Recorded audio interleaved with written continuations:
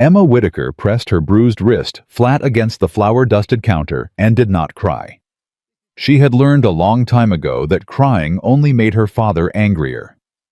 The papers on the table said she belonged to Silas Briggs by Friday. Her father's signature was already dry. She was 23 years old, and she had just been sold.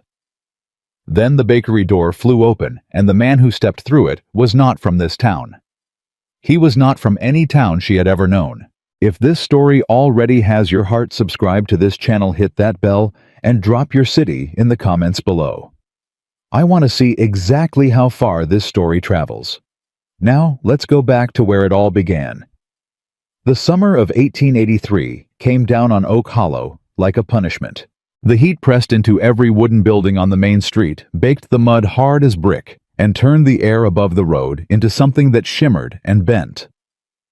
By mid-July, the town smelled like dust and dried horse sweat and the sour tang of the tannery at the edge of the creek. The men who sat outside the general store stopped talking by noon and just stared at the ground. The women moved fast between errands, heads down, not looking at each other. Emma Whitaker had lived in Oak Hollow her entire life, and she had learned to move that same way. Head down, fast, don't draw attention. She was up before 4 every morning.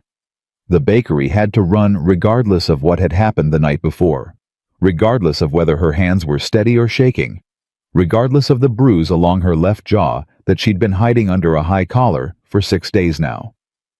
The bread didn't care about any of that. The bread had a schedule, and if she didn't keep it, her father would make the rest of the day worse than the morning already was. Henry Whitaker had been a decent man once. People in town said so quietly, in that way people say things they no longer fully believe. He'd run a clean bakery for 20 years, married a good woman, raised a quiet daughter. And then his wife got sick, and the bills came, and Silas Briggs had an office on the corner of Main and 2nd, with a painted sign that read, Lending and Settlement. And Henry Whitaker had walked through that door 3 years ago, like a man walking into water he thought was only knee-deep. It was not knee-deep. Emma knew the number by heart. $412. She'd found the loan papers in her father's desk drawer 8 months ago and read them twice, folded them back exactly as they were, and never said a word. She knew better than to say a word. She was sliding the first loaves into the oven when she heard him come down the stairs. Henry Whitaker moved through the kitchen the way he always moved, heavy, deliberate, like the floor owed him something. He was a large man, gone thick through the middle in the last few years, with a face that had once been open and had since closed like a door that no longer fit its frame. He stopped in the kitchen doorway, looked at the oven, looked at Emma. "You burned the rye yesterday," he said. "I didn't." She kept her back to him. "It was the back corner. The oven's running hot on the right side. I've told you about that." "Don't tell me about my own oven." She didn't answer. He moved to the small table near the window and sat down, and for a moment the only sound was the fire in the oven and the faint noise of the street beginning to wake outside. "Briggs is coming Friday," Henry said. Emma went still. Her hands were inside the oven adjusting a loaf pan, and she stayed exactly like that for 1 long second before she straightened up and closed the oven door. "What for?" she said, though she already knew. "To collect." "We don't have $400, Papa." "No." He picked up a tin mug, set it down without drinking from it. "We don't." She turned around slowly. "Then what does he collect?" Henry didn't look at her. That was her answer. Emma stood in her own kitchen with flour on her hands and felt something go cold in the center of her chest. Not surprise. She hadn't been surprised by much in a long time. But cold, the specific coldness of a thing you've been afraid to name, finally being named out loud, even if no one said the actual word yet. "Papa?" Her voice was steady. She made it steady. "Look at me." He picked up the mug again. "Look at me and say it." "You'll go to work for him," Henry said to the mug. "At the saloon. He's got a boarding house attached. Respectable enough." "That is not respectable, and you know it." "You'll have a roof." "That is not—" She stopped, breathed. "Papa, I work here. I run this bakery. I am the reason there is any money coming in at all, and you know that. Whatever I earn at that saloon goes straight to Briggs. You understand that, don't you? He doesn't clear the debt. He just owns both of us then." Henry slammed the mug on the table. "You think I don't know that?" His voice cracked at the edges. "You think I had some other choice? You think I've been sitting here for 3 years not knowing what that man is? I know what he is. I've always known." He pressed his hands flat on the table. "But the debt is real, Emma. It don't disappear because we don't like the man it's owed to. There are other ways to—" "There are no other ways." He said it quietly, and that quietness was worse than the shouting. "I've looked, I've asked. Judge Calloway won't touch it. Briggs has him in his pocket deep enough to drown in. The bank in Clearfield won't lend to a man with my debt sheet.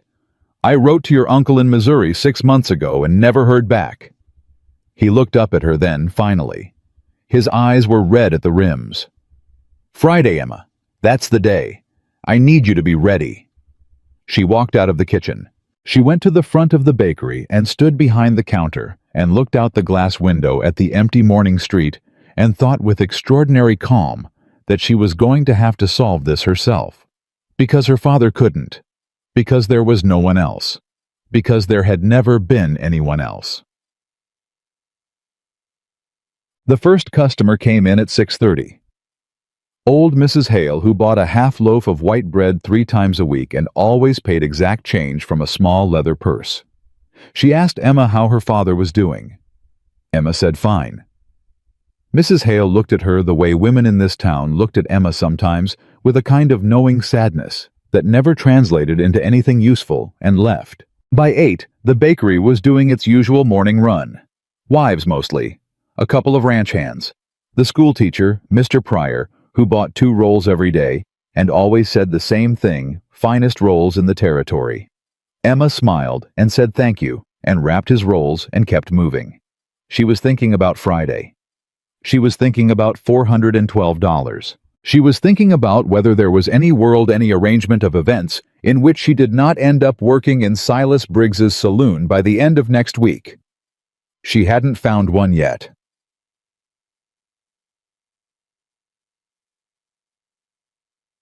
He came in at 9:30. She didn't know him. That was the first thing she registered in Oak Hollow. You knew everyone, or you knew of them, and Emma made it her particular business to notice people carefully. This man was not from here. That was obvious the way certain things are obvious, not from any single detail, but from all of them at once. He was tall, broad through the shoulders, weathered in the specific way of men who spent more time outside than in. His hat was dark and trail-worn. His coat the kind of heavy canvas that made sense in high-elevation country, where the temperature could drop 30 degrees between noon and nightfall. He moved differently than the men of Oak Hollow moved, slower, more deliberate, like a man who had learned never to waste motion, because wasted motion in the mountains could kill you. He stopped just inside the door. He looked at the room, the way she'd noticed certain men looked at rooms, doorways, first windows, second people, third. It took him less than 2 seconds, and then his eyes landed on her. She said, "Help you." He walked to the counter. Up close, she could see he was older than she'd first thought. Mid-30s maybe, with a jaw that hadn't seen a razor in a week, and eyes that were a particular shade of gray-green that made her think of creek water in early morning. "Bread, bae," he said. "Whatever keeps longest." "That'd be the sourdough." She turned and pulled a round loaf from the shelf behind her. 75 cents. You traveling? Back up to the high country. He looked at the loaf. I'll take 2. She wrapped them in paper. He set coins on the counter without counting them. She could see without looking closely that it was more than the price. Men who were very comfortable with money sometimes did that, or men who didn't want to waste time on arithmetic. "You're from the Ridge settlements?" she asked. He glanced at her. "Trapping country, east of the Gilpin Range." She slid the wrapped loaves across the counter. "Long ride down." "Needed supplies." He picked up the bread. Didn't move to leave. His eyes moved just briefly to the left side of her face, and she felt it, the specific awareness of someone noticing something she'd been trying not to be noticed. She lifted her chin slightly, kept her expression neutral. He didn't say anything about it. He just looked at her the way a man looks when he's filing something away, quiet and unhurried. "Good bread," he said, which was a strange thing to say given he hadn't tried it yet. "Thank you." He put on his hat and left. Emma watched him walk back out into the summer heat of Main Street and thought, "I don't know that man," which was true. And then she thought something else, something she couldn't entirely explain. He noticed. He came back that afternoon. She was alone by then. Her father had gone to the mill to argue about the flour price, which he did every week, and never won. And the afternoon was slow, the bakery empty, the heat outside so heavy it seemed to lean against the windows. The mountain man walked back in like he hadn't been there 6 hours earlier. He stood at the counter. "I have bread," he said, which was clearly not what he'd come for. Emma set down the book she'd been reading and looked at him. "Is there something else?" He leaned one arm on the counter. Not casual, careful, like a man making a deliberate decision about how much space to take up. "Silas Briggs," he said. "What does he want with this bakery?" She stared at him. "I don't know what business of yours." "Heard your father talking to the dry goods man this morning," he said. "I wasn't trying to hear it, but I was close and he wasn't quiet." Emma said nothing. "Briggs runs a particular kind of operation," the man said. His voice was level, like he was recounting weather conditions. "Takes debt and turns it into labor. Gets men to sign over daughters. Gets widows to sign over land. He's been doing it in 2 other counties before this one.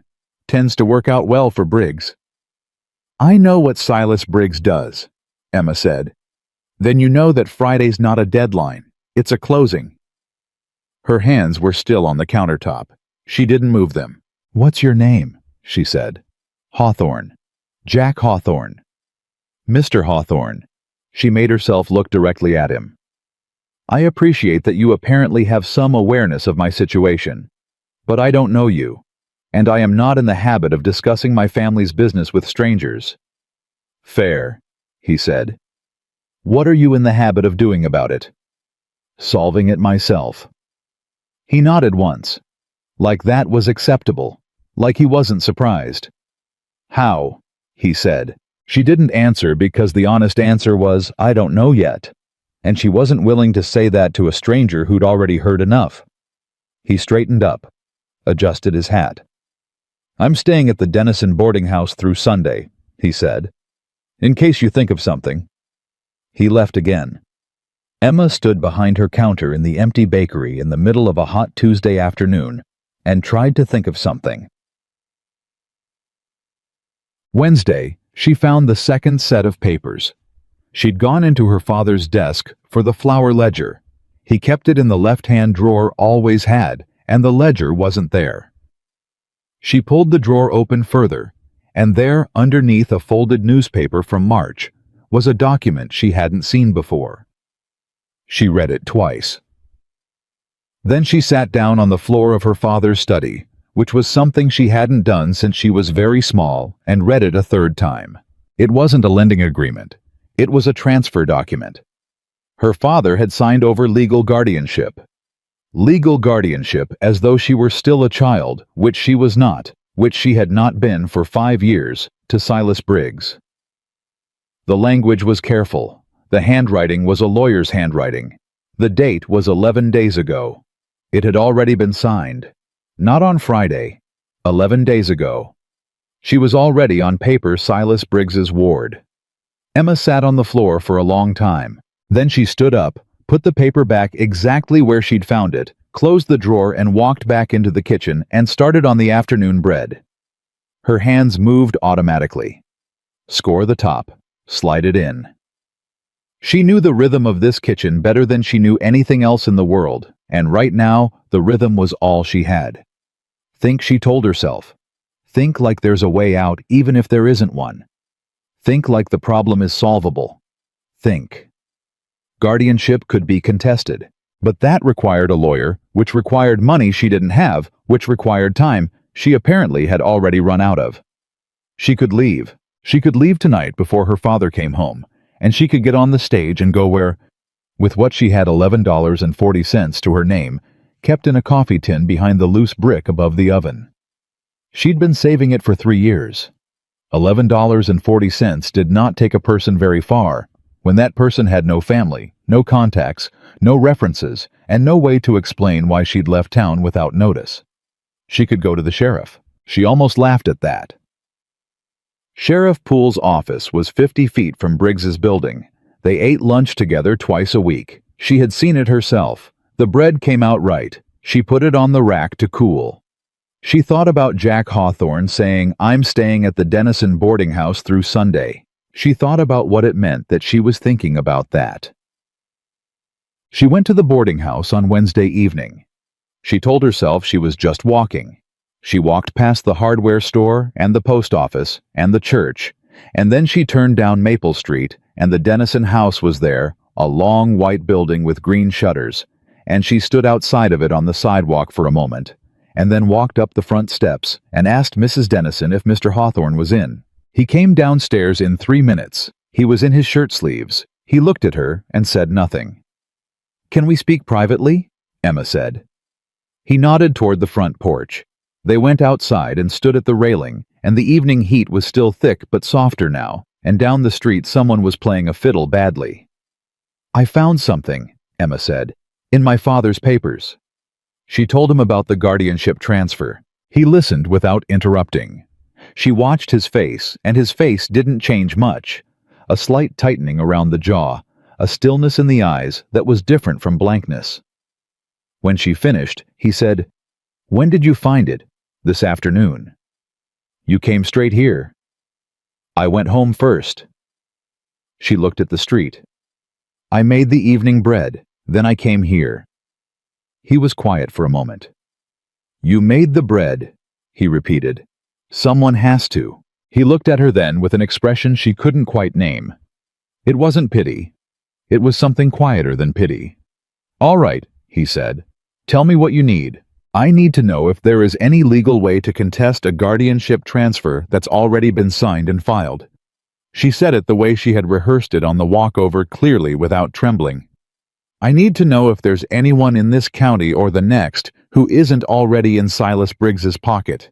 And I need to know—" She stopped. "What?"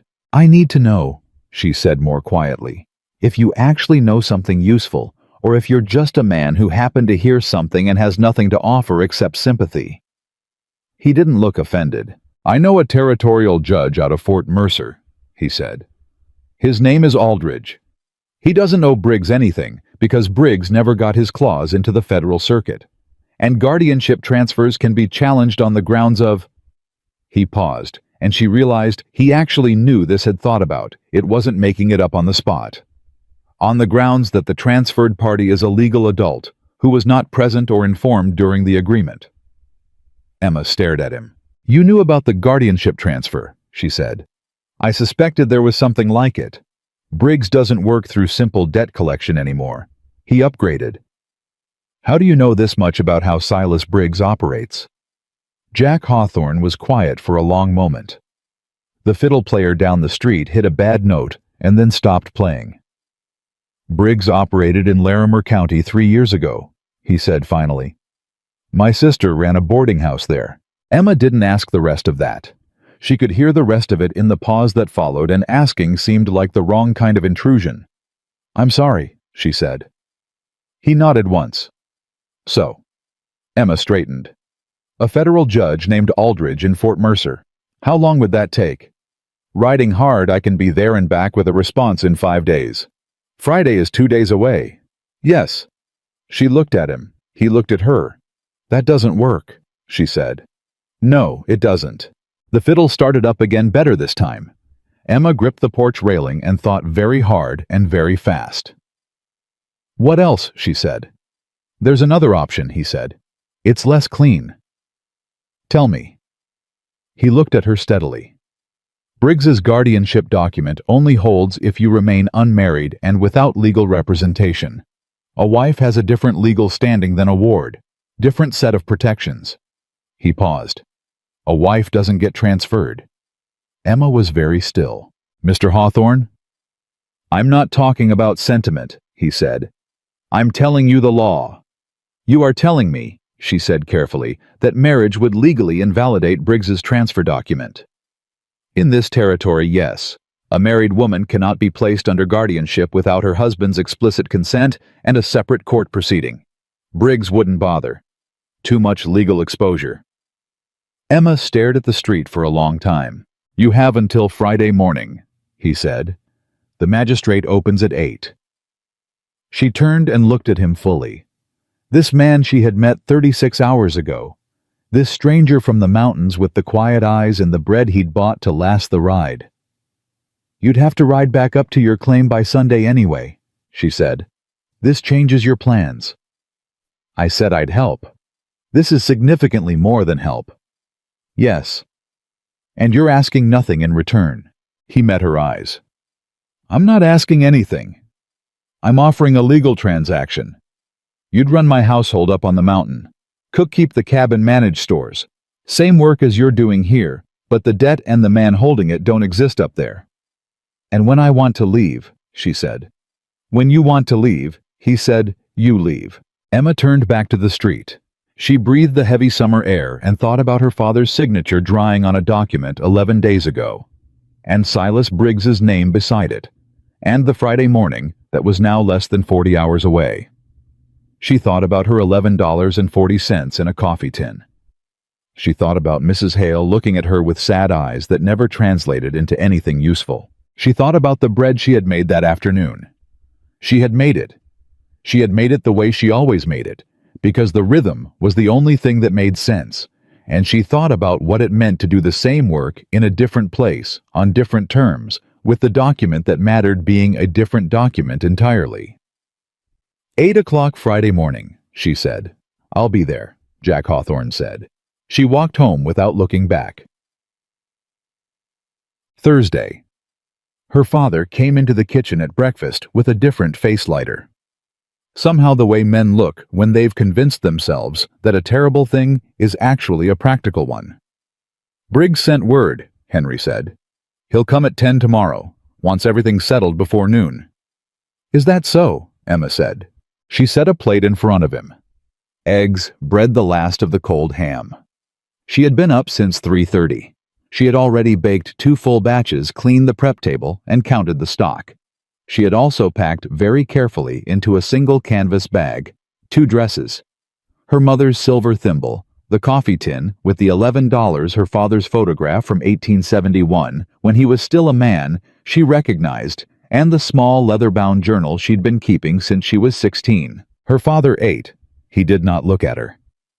"You'll do well there," he said to his eggs. "Briggs runs a proper operation." "I know what kind of operation Briggs runs." "Emma, eat your breakfast, Papa." He looked up at her then. His face was all the things it was broken, afraid, ashamed, determined to pretend none of those were true. She had spent years being angry at him. She had spent years being afraid of him. Right now she looked at him across the table and felt something she hadn't expected, a flat, empty kind of sorrow that had no heat left in it. She did not tell him what she was going to do in the morning. She thought about telling him.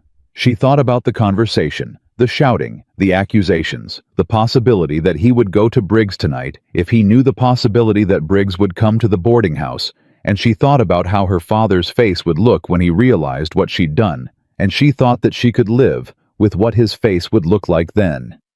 She cleared his plate when he was done. He went upstairs. She washed the dishes. She walked through the bakery one last time, ran her hand along the counter, looked at the oven, looked at the shelves. She had hated this room for years. She had also built her entire self inside it. She thought both things could be true. She picked up her bag. She walked out. The magistrate's office was on the corner of 2nd and Mill, a narrow building squeezed between the post office and a land surveying office, with a clerk who appeared startled to see 2 people walk in at 8 on a Friday morning. Jack Hawthorne was already there when she arrived. He had shaved. She noticed that before anything else. He was in a clean shirt. his hat in his hand, standing in the small waiting room with the particular stillness of a man who had made a decision and was simply waiting for it to happen. Emma walked in. He looked at her. She looked at him.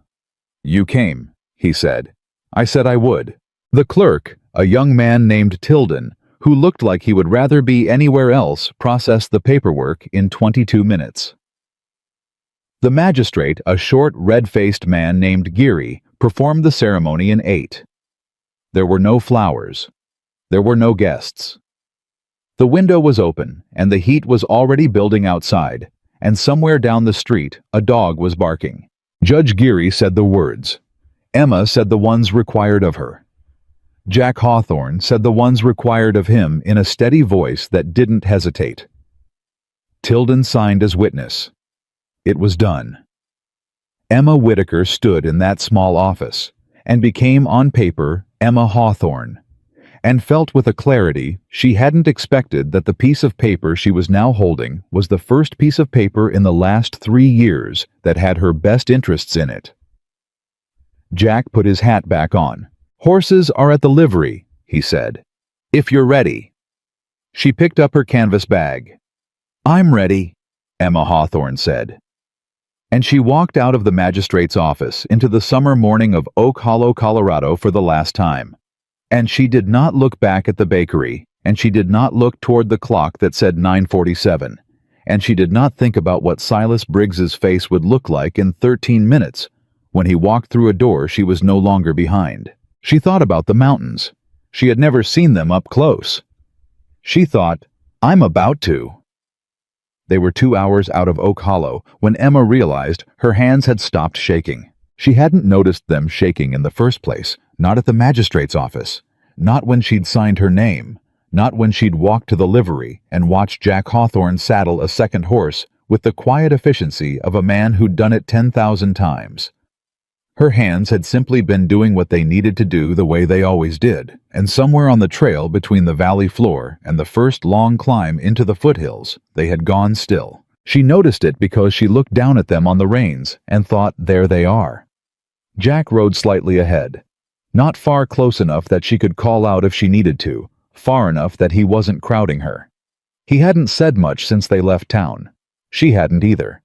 There wasn't much to say yet, and she had the sense that he understood this, that silence between them wasn't something that needed to be filled. The horse he'd given her was a brown mare named, apparently, Clover.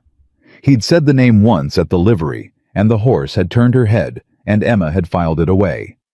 Clover moved steadily, sure-footed, unbothered by the climb. Emma was not a particularly experienced rider, but she was not helpless either. Her mother had kept a horse when Emma was small. She remembered enough. What she was thinking about as they climbed was her father's face when he came downstairs tomorrow morning and found the kitchen empty. She was thinking about whether he would feel relieved, which would be worse than anything else.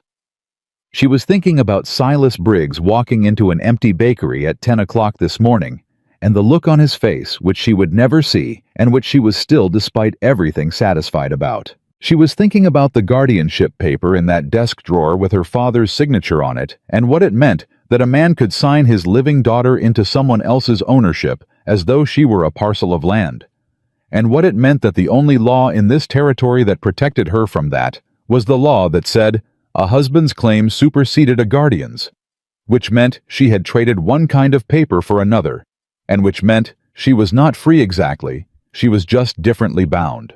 She knew that. She had known it when she walked into the magistrate's office. She was thinking about whether it mattered. "You're thinking loud," Jack said without turning around. She looked at the back of his hat. "I didn't say anything." "No, but you've been riding like someone who's arguing with themselves for about 20 minutes. He slowed his horse enough that she came up alongside him. "Anything I should know?" "I'm wondering," she said, "what happens if this doesn't work? What part of it? Any of it. Briggs could contest it. He could file something. He could—" She stopped. "He's not going to accept this quietly. You know that." "No," Jack said. "He won't. And it won't matter." He said it without drama, like a man stating a trail condition. "The marriage is filed with the territorial clerk. That puts it in the federal record. Briggs can file whatever he wants. He's got county judges. He doesn't have federal jurisdiction. And you're Judge Aldridge. Aldridge knows what Briggs is. I wrote to him last year about my sister's situation. His jaw moved slightly. Didn't help her. But the correspondence exists. If Briggs pushes on this, Aldridge will push back harder. Emma looked at the trail ahead. You planned this. I prepared for the possibility.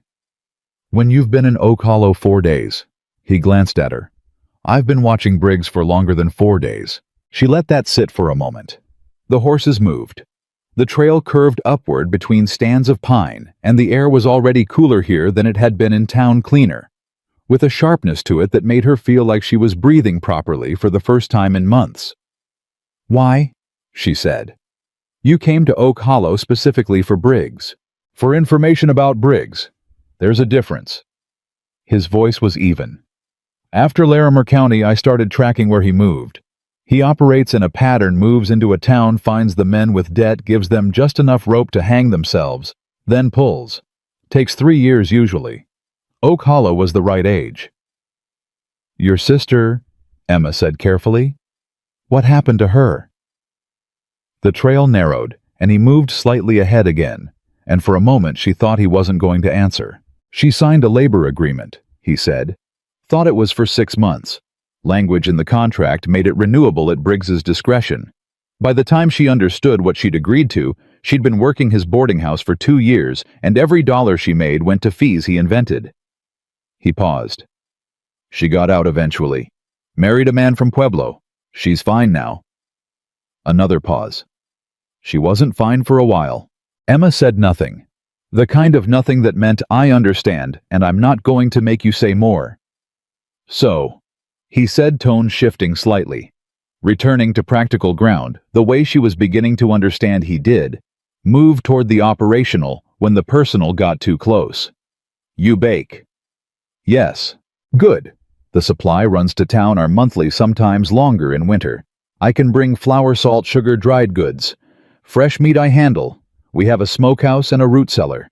Anything else you think you'll need, write it down and I'll get it next run. You live entirely alone up there? Yes. How long? 6 years. She thought about 6 years alone on a mountain and didn't say what she was thinking about it. How many rooms? She said instead. Main room with the fireplace, the kitchen corner sleeping loft. Separate smaller room off the back that was a storage room. I cleared it out. He said this last part in a tone that was careful and factual. It's yours. Has a door with a latch. She looked at him. He kept his eyes on the trail. Thank you, she said. He nodded. They rode for another hour without talking, and it wasn't uncomfortable. It was the kind of silence that has some respect in it. They stopped at midday at a creek crossing to water the horses, and Emma climbed down and stretched her back and drank from her canteen while Clover put her nose in the water. Jack checked the horses' shoes and then crouched at the creek's edge and refilled his own canteen, and they stood there in the shade of the bank for a few minutes doing nothing in particular. Tell me something about the claim, Emma said. He looked up. What do you want to know? Anything. I'm going to live there. I'd like to know more than sleeping loft and root cellar. Something shifted in his expression. Not quite a smile, it didn't get that far, but a loosening around the eyes. It's about 900 feet above the valley, he said. High meadow on the east side, timber to the north and west. Creek runs about 50 yards from the cabin, that's your water source. The smokehouse is good, the wood pile's well stocked. I spent most of June cutting. He straightened up. Nearest neighbor is a homesteader named Calhoun about 4 miles south. He's got a wife and 2 boys. They're decent people. Does Calhoun know about... She gestured vaguely. He'll know what he needs to know when we get there. Jack capped his canteen. Which is that I've got a wife now. The word sat in the air between them. Wife. Printed on a form in a county clerk's office. Said aloud in a magistrate's office by a man in a clean shirt. A word she had never applied to herself, and now it meant something specific and legal and strange. Will he ask questions? Emma said. Calhoun, no. He's not the asking type. Good. She looked at the creek. I'm not sure I have answers yet. He made a sound that wasn't quite a laugh. Low, short, genuine. She looked at him, slightly surprised, and he had already looked away. "Let's move," he said. "Want to make the upper trail before sundown." Look, they didn't make the upper trail before sundown. They made it in the dark, which was its own kind of arrival, the cabin appearing out of the black tree line as a shape, and then a solid thing, the smell of cut pine and wood smoke, a structure that had clearly been built by someone who cared more about function than appearance, and had managed to achieve both anyway. Jack got the horses settled in the small lean-to stable. Emma carried their bags inside. The first thing she did by herself, before he came in from the stable, was find the fireplace and light it. He'd left everything she needed tinder kindling the long matches in a tin on the mantel. She'd been lighting fires her whole life. She had the fireplace going in 4 minutes. She was standing in front of it with her hands out when Jack came in. He stopped in the doorway. He looked at the fire, then at her. "I can show you how the stove works in the morning," he said. "I'll figure it out tonight," she said. He looked at her again with that expression she was starting to recognize, the one that was taking note of her filing her away, updating some internal record he was keeping. "All right," he said. He showed her where everything was: supplies, tools, the water bucket, the oil for the lamps, in a practical, thorough inventory that took about 10 minutes and felt like a briefing. She asked 2 questions. He answered both. Then he said good night and went up to the loft, and she went through the door at the back and found her room, which was small and clean, and had a window and a cot with 2 wool blankets and a latch on the door. She latched it. She sat on the cot in the mountain dark and listened to the sounds of a place she had never been before. The wind in the timber, the creek in the distance, a sound that might have been an owl. And she thought, "I am 23 years old, and today I got married and rode 900 feet up into the mountains.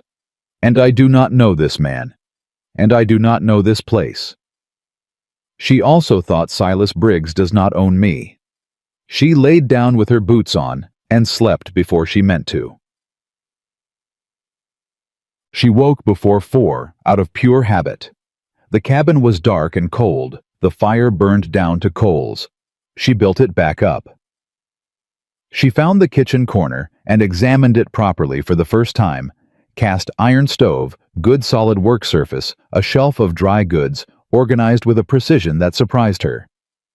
He kept a clean house. She found coffee beans and a grinder, and made coffee, and by the time Jack came down from the loft, the cabin smelled like something that might almost pass for ordinary. He stopped at the bottom of the loft ladder. She held out a tin mug. He took it, sat at the table, drank it, said nothing. She poured her own, and sat across from him, and they drank their coffee in the gray early morning of the mountain. And neither of them said anything, because apparently they were both people who did not talk before coffee, and she thought, well, there is one thing we have in common. Then he said, "I need to check the trap lines today. I'll be gone most of the morning. All right?" The stove's straightforward, burns even on the right side. He looked at her over the mug. "You don't have to cook. There's dried meat on the shelf." "I'll cook," she said. He nodded. "Don't go past the tree line to the north without telling me first. There's a bear that's been coming through." "I'll stay in." He finished his coffee and stood, and that was the whole morning conversation. He took his rifle from the rack by the door and went out, and she sat with her coffee and looked at the cabin that was now by the law of a piece of paper her home, and tried to figure out what that meant. She spent the morning learning the stove. He was right that it burned even on the right, the left ran hot, and she adjusted.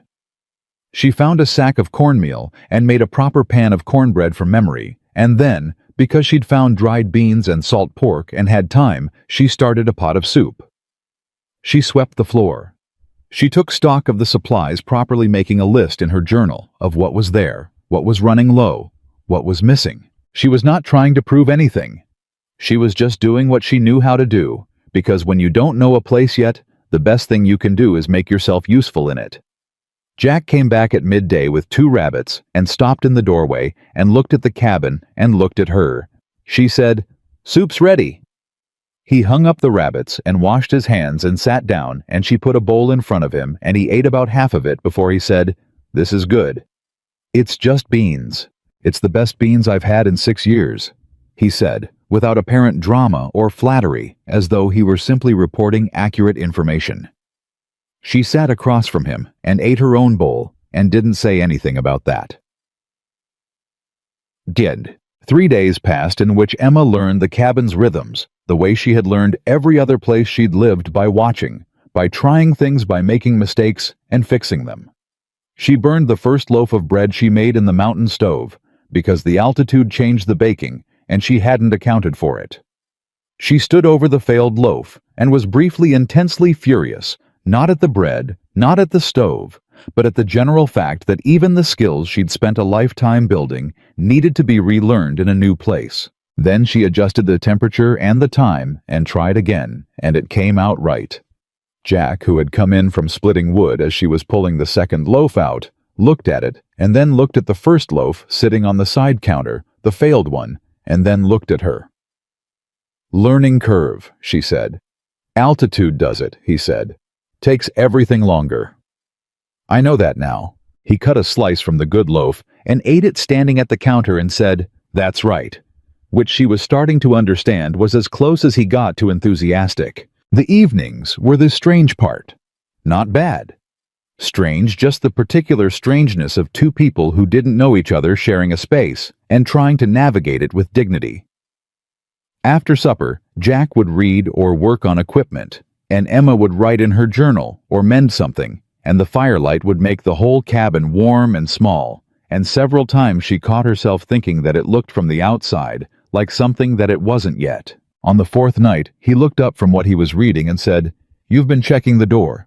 She looked up. "What?" "The front door. You check it when you think I'm not looking, before you go to bed." She set down her pen. He was right. She hadn't realized she was doing it. Old habit, checking the door when her father was in a mood, making sure the latch was solid. "Sorry," she said. "Force of habit." He looked at her for a moment. "Nothing to be sorry for. It's not—" She stopped. "I know the door is fine. I'm not afraid of you." "I know you're not." He went back to his book. "But check it if you want to. That's what latches are for." She looked at him. This man who had given her his name and a room with a latch on the door, and said she could leave whenever she wanted, and felt something complicated move through her. Not the big kind of feeling. A smaller kind. The kind that comes from a very specific small kindness that you weren't expecting and don't quite know what to do with. She went back to her journal. She checked the door. On the 5th day, riders came. 2 of them picking up the trail from the south, and Clover shifted and made noise in the lean-to before Emma heard anything else. Jack was already at the window by the time Emma came out of her room. "Stay inside," he said. "Who is it?" He watched for a moment. "Don't recognize them yet." She looked over his shoulder. 2 men on horseback coming up the trail at a deliberate pace, not rushing, which was somehow worse than rushing. Rushing would mean urgency. This was something else. This was the pace of men who had all the time they needed. "The big one on the left," Emma said quietly. "He works for Briggs. I've seen him in the bakery." Jack turned and looked at her. "You're sure? His name is Delbert. He used to deliver Briggs's collection notices." She kept her voice steady. "He's here because Briggs sent him." Something changed in Jack's face. Not fear. The opposite of fear, a kind of settling in, like a man who has been waiting for something to start. "Then that's where we are," he said. "What do we do?" He picked up his rifle from the rack. Not in a hurry, matter of fact, like picking up a tool for a tool's job. "You let me handle the talking," he said. "You stand where they can see you, but back from the door. You don't speak unless I ask you to." "And if they—" "Emma." He looked at her. "I've been waiting for Silas Briggs to send someone to this mountain for 6 years. I know what I'm doing." She looked at him. This man she'd known for 8 days. This person who had shaved for her wedding and made sure her room had a latch and had apparently spent 6 years preparing for exactly this moment, and she made a decision. "All right," she said. "Talk." He opened the door. The two riders stopped at the edge of the yard. Delbert was exactly who she'd said he was. Large, flat-faced, the kind of man who made a good collection. Notice deliverer because he didn't need to say anything. The second man was smaller in a better coat, holding himself with a particular kind of authority that came from legal paperwork rather than physical size. "Jack Hawthorne," the smaller man said. "That's right. My name is Garrett Cole. I represent Silas Briggs of Oak Hollow in matters of civil dispute." He produced a document from his coat. "Mr. Briggs has filed a contested transfer claim with the county court. He has a valid guardianship document signed by one Henry Whitaker dated—" "Filed with the county court," Jack said, "not the territorial court." Cole paused. "Correct. The county, which doesn't have jurisdiction over a federally recorded marriage." Jack's voice didn't rise. Didn't need to. "Emma Hawthorne is a married woman. The guardianship transfer your client filed is legally null. County court can't touch a federal marriage record." Cole's expression tightened. "Mr. Briggs's legal team believes the timeline of the marriage is—" "The marriage was filed at 8:22 on Friday morning," Jack said. "The time is on the document. What time did your client attempt to collect—" A pause. "That's not, because if it was after 8:22, and I believe it was because your client said 10 o'clock, then there's nothing to contest. The marriage preceded the collection attempt. The guardianship was null before Briggs ever knocked on that door." He paused. "If Mr. Briggs has questions about how federal law applies to his county filings, he's welcome to write to Judge Aldridge out of Fort Mercer. I've corresponded with the judge before. I'm happy to do so again." Silence. The mountain wind moved through the yard. Delbert hadn't said a word. Cole was looking at his document like it had somehow failed him personally. "Mr. Briggs won't accept this," Cole said. "That is between Mr. Briggs and the federal court system," Jack said, "neither of which are my problem." Emma stood in the cabin doorway. She had not spoken. She had barely moved. But she held herself straight, her hands still at her sides, and she looked at the man who had come up this mountain to try to take her back, and she did not look away. Cole looked at her, then back at Jack. He put the document back in his coat. "Mr. Briggs will pursue this," he said. "I expect so," Jack said. "Good day, Mr. Cole." A long moment. Then Cole turned his horse. Delbert followed. They rode back down the trail the way they'd come, steady, deliberate, not rushing. Jack stood in the doorway until they were out of sight. Then he turned around. Emma let out a breath she'd been holding for what felt like several minutes. "Aldridge," she said. "You actually wrote to him before." "I told you I did." "You made it sound like a threat." "It was a fact," Jack said. "Facts and threats sometimes sound the same." She looked at him. "Is this over?" He set the rifle back on the rack. "For today. And tomorrow." He turned. "Briggs doesn't give up easily. He'll file something. He'll try another angle." He met her eyes. "But he'd have to get through federal law, a territorial judge, and this mountain to get to you. That's not impossible, but it's not easy." A pause. "And I don't make it easy. Emma stood in the doorway of a mountain cabin looking at a man who had in the span of 8 days married her and paid down her father's debt and turned away a legal representative of the man who'd tried to own her. She thought about what she owed him. She thought about what they were to each other. She thought about what wife meant and what it didn't mean and what the space between those two things looked like. "Thank you," she said. "Again." "You don't have to keep thanking me," he said. "I know." She went back inside. "But I'm going to." She went to the stove and started on supper, and he came inside and sat at the table and picked up his book, and the mountain evening settled around the cabin like it had always done, and outside on the trail, 2 men rode back to town, with nothing to show for the trip. It was quiet for a week after that. Then the letter came. A writer from the Calhoun homestead 4 miles south brought it up on a Wednesday folded paper delivered with a nod, and no particular comment, because Calhoun's people minded their business the way Jack had said they did. Jack looked at the handwriting on the outside and handed it to Emma without opening it. "It's yours," he said. She looked at it. It was her father's handwriting. She took it outside and sat on the step in the afternoon sun and held it for a while before she opened it. The letter was short. Henry Whitaker had never been a man of many words on paper. He wrote that he'd heard what she'd done and that Briggs was furious, and that he, Henry, had been told to expect no further business from Briggs's associates, which was apparently a significant portion of the bakery's traffic. He wrote that he did not understand her reasoning. He did not write, "I'm sorry I signed that paper." He did not write, "I should have protected you." He wrote at the end in handwriting that looked older than she remembered, "I hope the mountain is treating you well. Your mother would have been glad you got out." Emma sat with that sentence for a long time. It was the most honest thing her father had said to her in 3 years.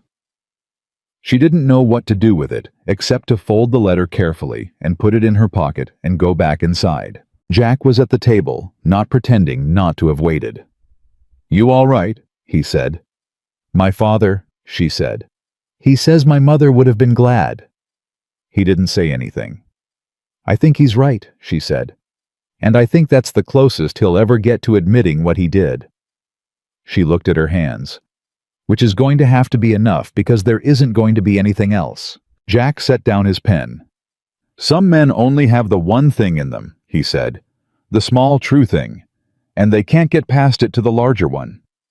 She looked at him. "Is that from experience?" He held her gaze for a moment. "Yes." She wanted to ask him more. She didn't, because she was learning the same thing about him that she was apparently learning about her father, that there were things just visible enough to see and not close enough to touch, and that pushing didn't make them closer. She took the letter out and read the last line again. "Your mother would have been glad you got out."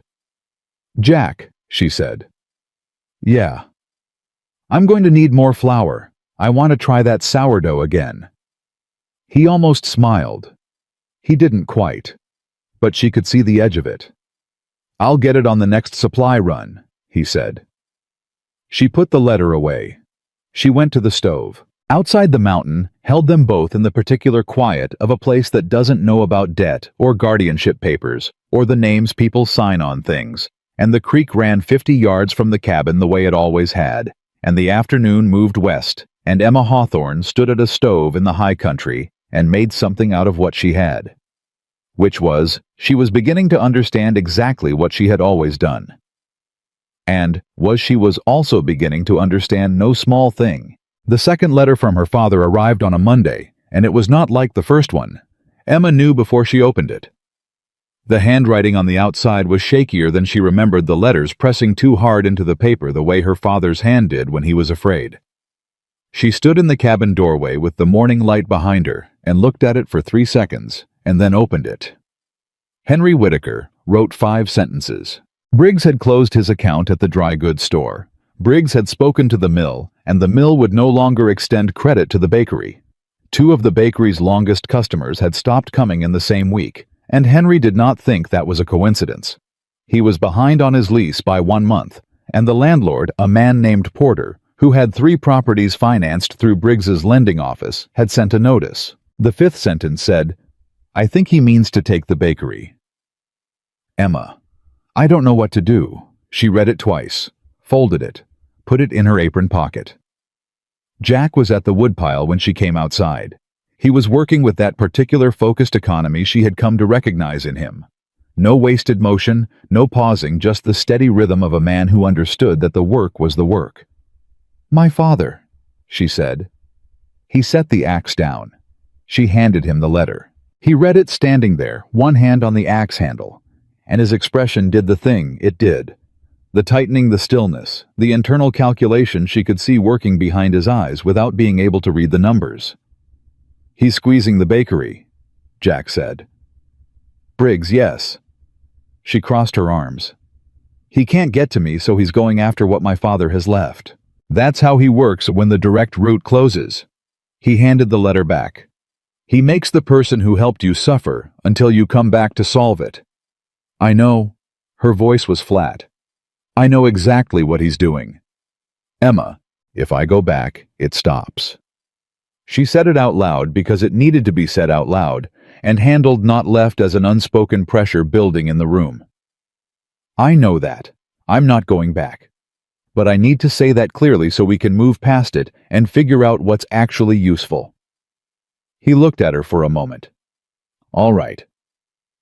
Is there anything legal we can do from here? Anything that protects the bakery? The bakery is your father's property. He'd have to initiate any legal action. He paused. But if Briggs is cutting off his supply lines and pressuring his landlord, that might constitute predatory interference, depending on the judge. Depending on whether the judge is Porter's judge or Aldridge's. Yes. She looked at the mountain above them. The timber ran dark green against the sky, and the morning was cool and clean and completely indifferent to Silas Briggs and everything he was doing 2,000 feet below. Write to Aldridge, she said. Tell him what's happening. Not because it'll stop Briggs, it won't stop him, not yet, but because I want it on record.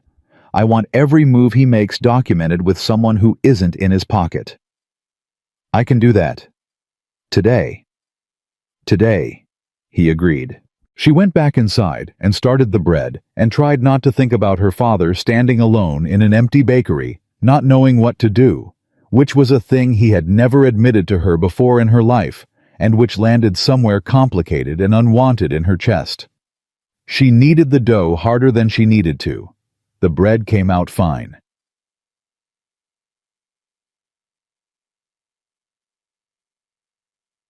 The Calhouns came for supper that Saturday, which was the first time Emma had seen other people in 3 weeks, and it was stranger than she expected.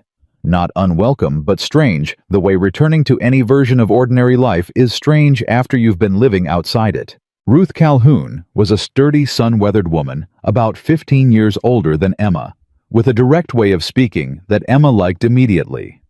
She brought a pie and 2 jars of preserved plums, and shook Emma's hand at the door, like a woman who assessed people quickly and had already made a preliminary judgment.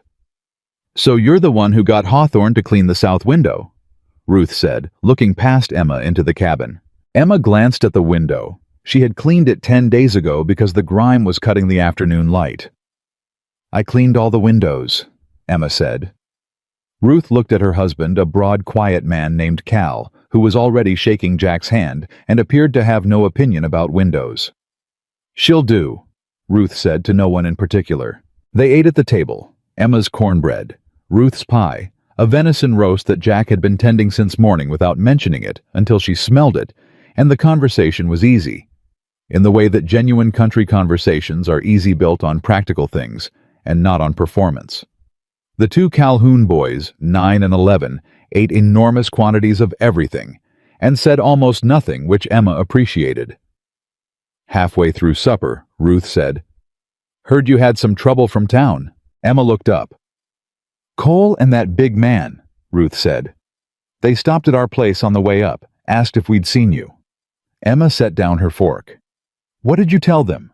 "Told them we hadn't been up this trail in a month."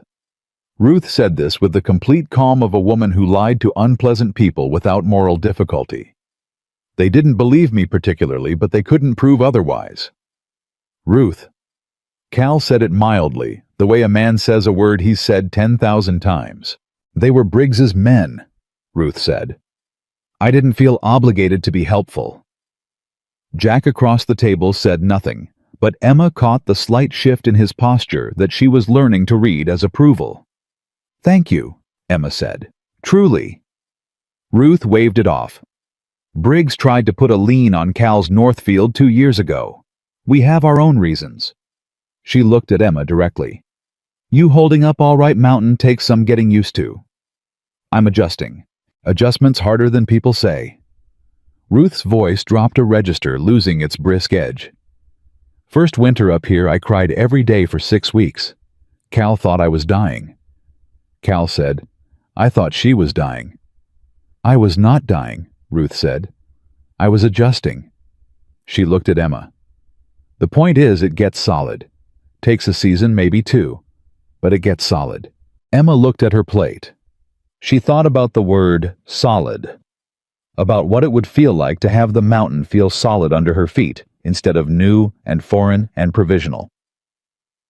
"I'll take your word for it," she said. Ruth patted her hand once efficiently and reached for more cornbread. It got solid in some ways faster than Ruth had suggested. Not because the mountain changed, the mountain stayed exactly as indifferent and demanding as it had been from the first morning, but because Emma changed in the specific incremental way of someone learning a place by living in it rather than visiting it. She learned that the left side of the stove ran hot and the right ran cool, and the sweet spot for bread was a specific combination of both that she had worked out through 12 attempts. She learned that the creek was highest in early morning and clearest by late afternoon. She learned that Jack moved differently before a storm, quieter, more deliberate, spending an hour checking the stable roof and the woodpile, and that this was a more reliable weather indicator than anything she could see in the sky. She learned that he read until very late at night, long after the fire burned low, and that if she came out for water after midnight, he would look up and say nothing, just wait to see if she needed anything, and if she didn't, he would go back to his book. She learned that this was his version of companionable. She was beginning to find it easier than other versions she had known. She wrote in her journal most evenings. She did not write about feelings particularly. That was not how she had ever written, even as a girl. She wrote practical things, what she had made, what she had learned, what needed doing. Occasionally, she wrote down things people said that seemed worth keeping. She wrote down what Ruth Calhoun had said about adjustment. She wrote down what Jack had said about men with only the one small true thing in them. She did not write down the way she was becoming aware of him in a different way. Not with alarm, not with the particular alertness she'd once had to her father's moods, but with a different kind of attention.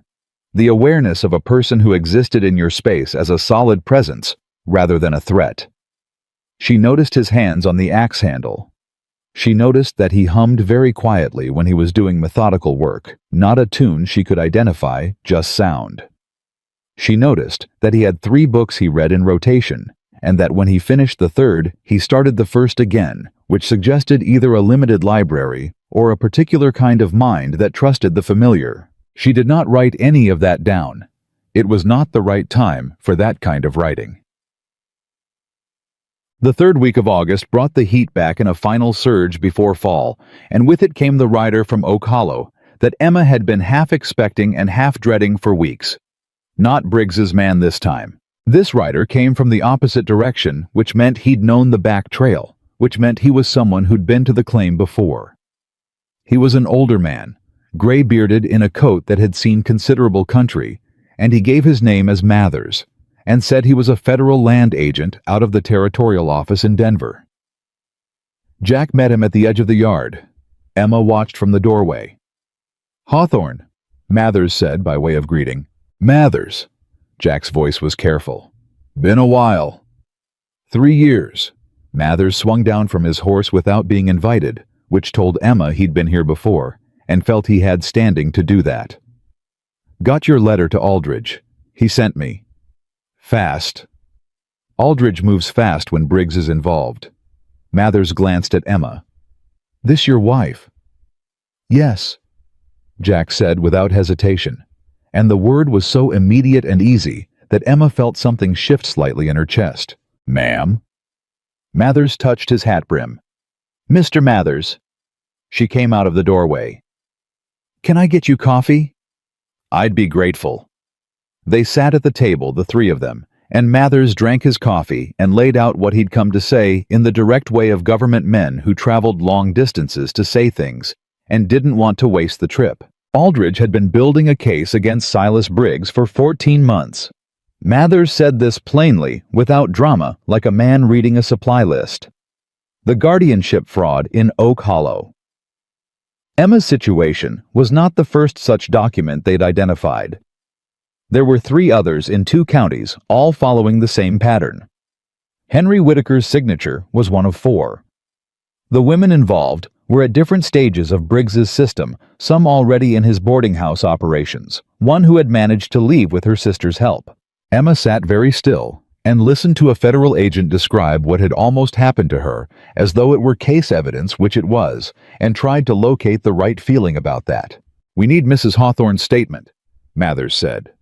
"Formal one notarized detailing the sequence of events, the guardianship document, the timeline, the collection attempt." He looked at her. "You'd be the strongest case. You got out with paperwork intact and dated. The others, the documentation's murkier." "She'd be named in the proceedings," Jack said. "Yes, her name would appear in the filing. Briggs would know." "Briggs already knows who she is," Mathers said evenly. "He sent a man to this mountain.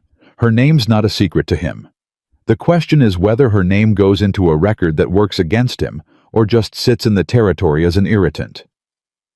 Emma looked at Mathers. "What happens to the women already in his boarding house if the case proceeds?" Mathers set down his coffee. He looked at her the way people look when the question being asked is a better question than they expected. "Labor agreements get voided," he said. "If we can prove the documents were signed under coercive conditions, debt pressure misrepresented terms, then the agreements are unenforceable. The women aren't bound. And their debt? That gets complicated." "It's always complicated for the women," Emma said. Mathers looked at her for a moment. Then he said, "Yes, ma'am, it is. We're working on that part." She looked at Jack. He was watching her, not guiding her, not signaling, just watching, waiting to see what she decided, which she was beginning to understand, was entirely characteristic of him.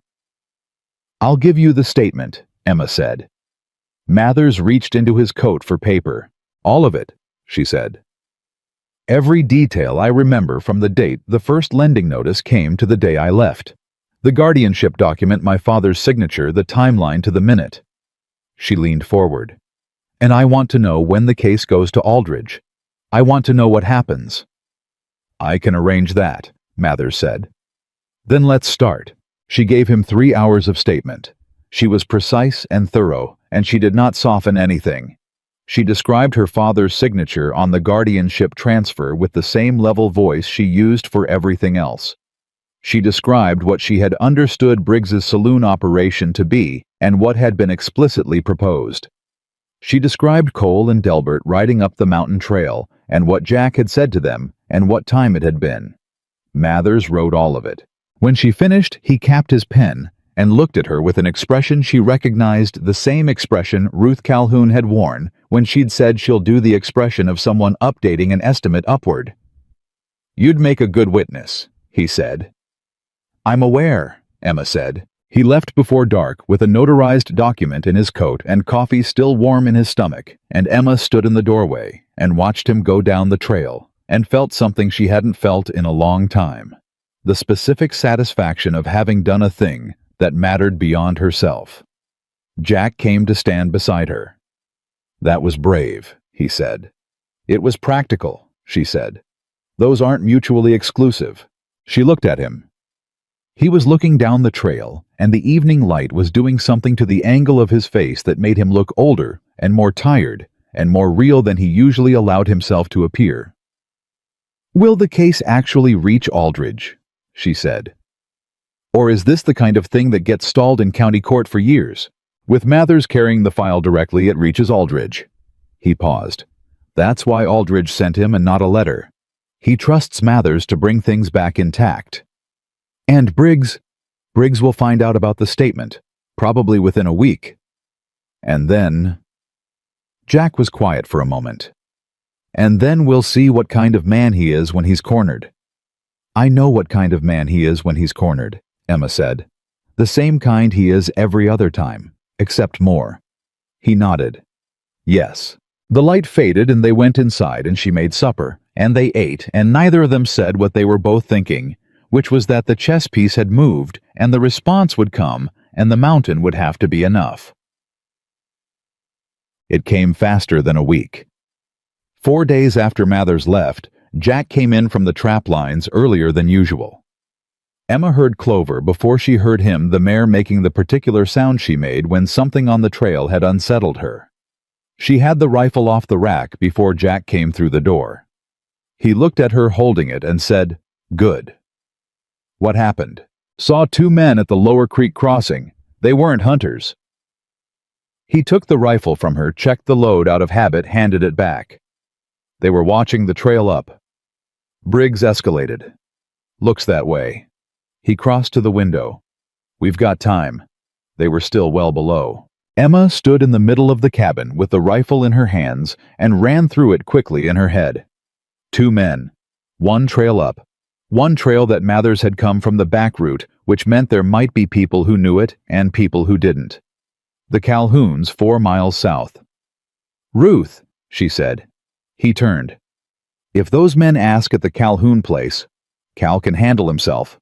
I know Cal can handle himself. I'm thinking about what they might tell Briggs if they can't. She set the rifle on the table. We need to get word to Ruth. Jack was already thinking the same thing. She could see it. I can ride the back trail, 40 minutes. And leave me here. A pause. Emma, I'll go with you. Both of us, both horses, back trail, warn the Calhouns, and don't come back here until we know what those men intend. She looked at him. There's nothing in this cabin worth staying in this cabin for. He looked at her for 2 full seconds. You can ride fast, he said. Faster than you'd expect, she said. They were on the horses in 6 minutes. The back trail was narrow and steep, and Emma rode it hard behind Jack, trusting Clover's feet more than she trusted her own judgment about the terrain, leaning forward and letting the horse work. Her heart was running fast, but her mind was quiet, the same way it had been quiet on the morning she walked into the magistrate's office, the same way it had been quiet when she read the guardianship document on her father's floor. Fear didn't make her freeze. She'd learned that about herself early and confirmed it often. They came out behind the Calhoun homestead in 35 minutes. Ruth was in the yard when they rode in.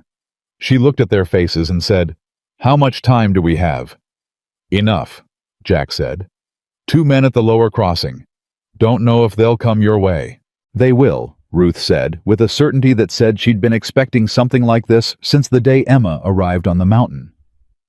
Porter told Cal last week that Briggs was asking about the homesteads up here, wanted to know if anyone was sheltering the Hawthorne woman. She said the Hawthorne woman with a deliberate emphasis that made clear she considered it an honorable thing to shelter. Emma heard it and felt it land. "We don't want to put you in a position," she started. "Oh, be quiet," Ruth said, not unkindly. "Cal." She called toward the barn. "Cal, come out here." Cal Calhoun came out of the barn the way he always appeared, solid, unhurried, like a man who had decided to be unflappable and had stuck to it for 30 years. He looked at Jack. He looked at Emma. He looked at the direction they'd come from.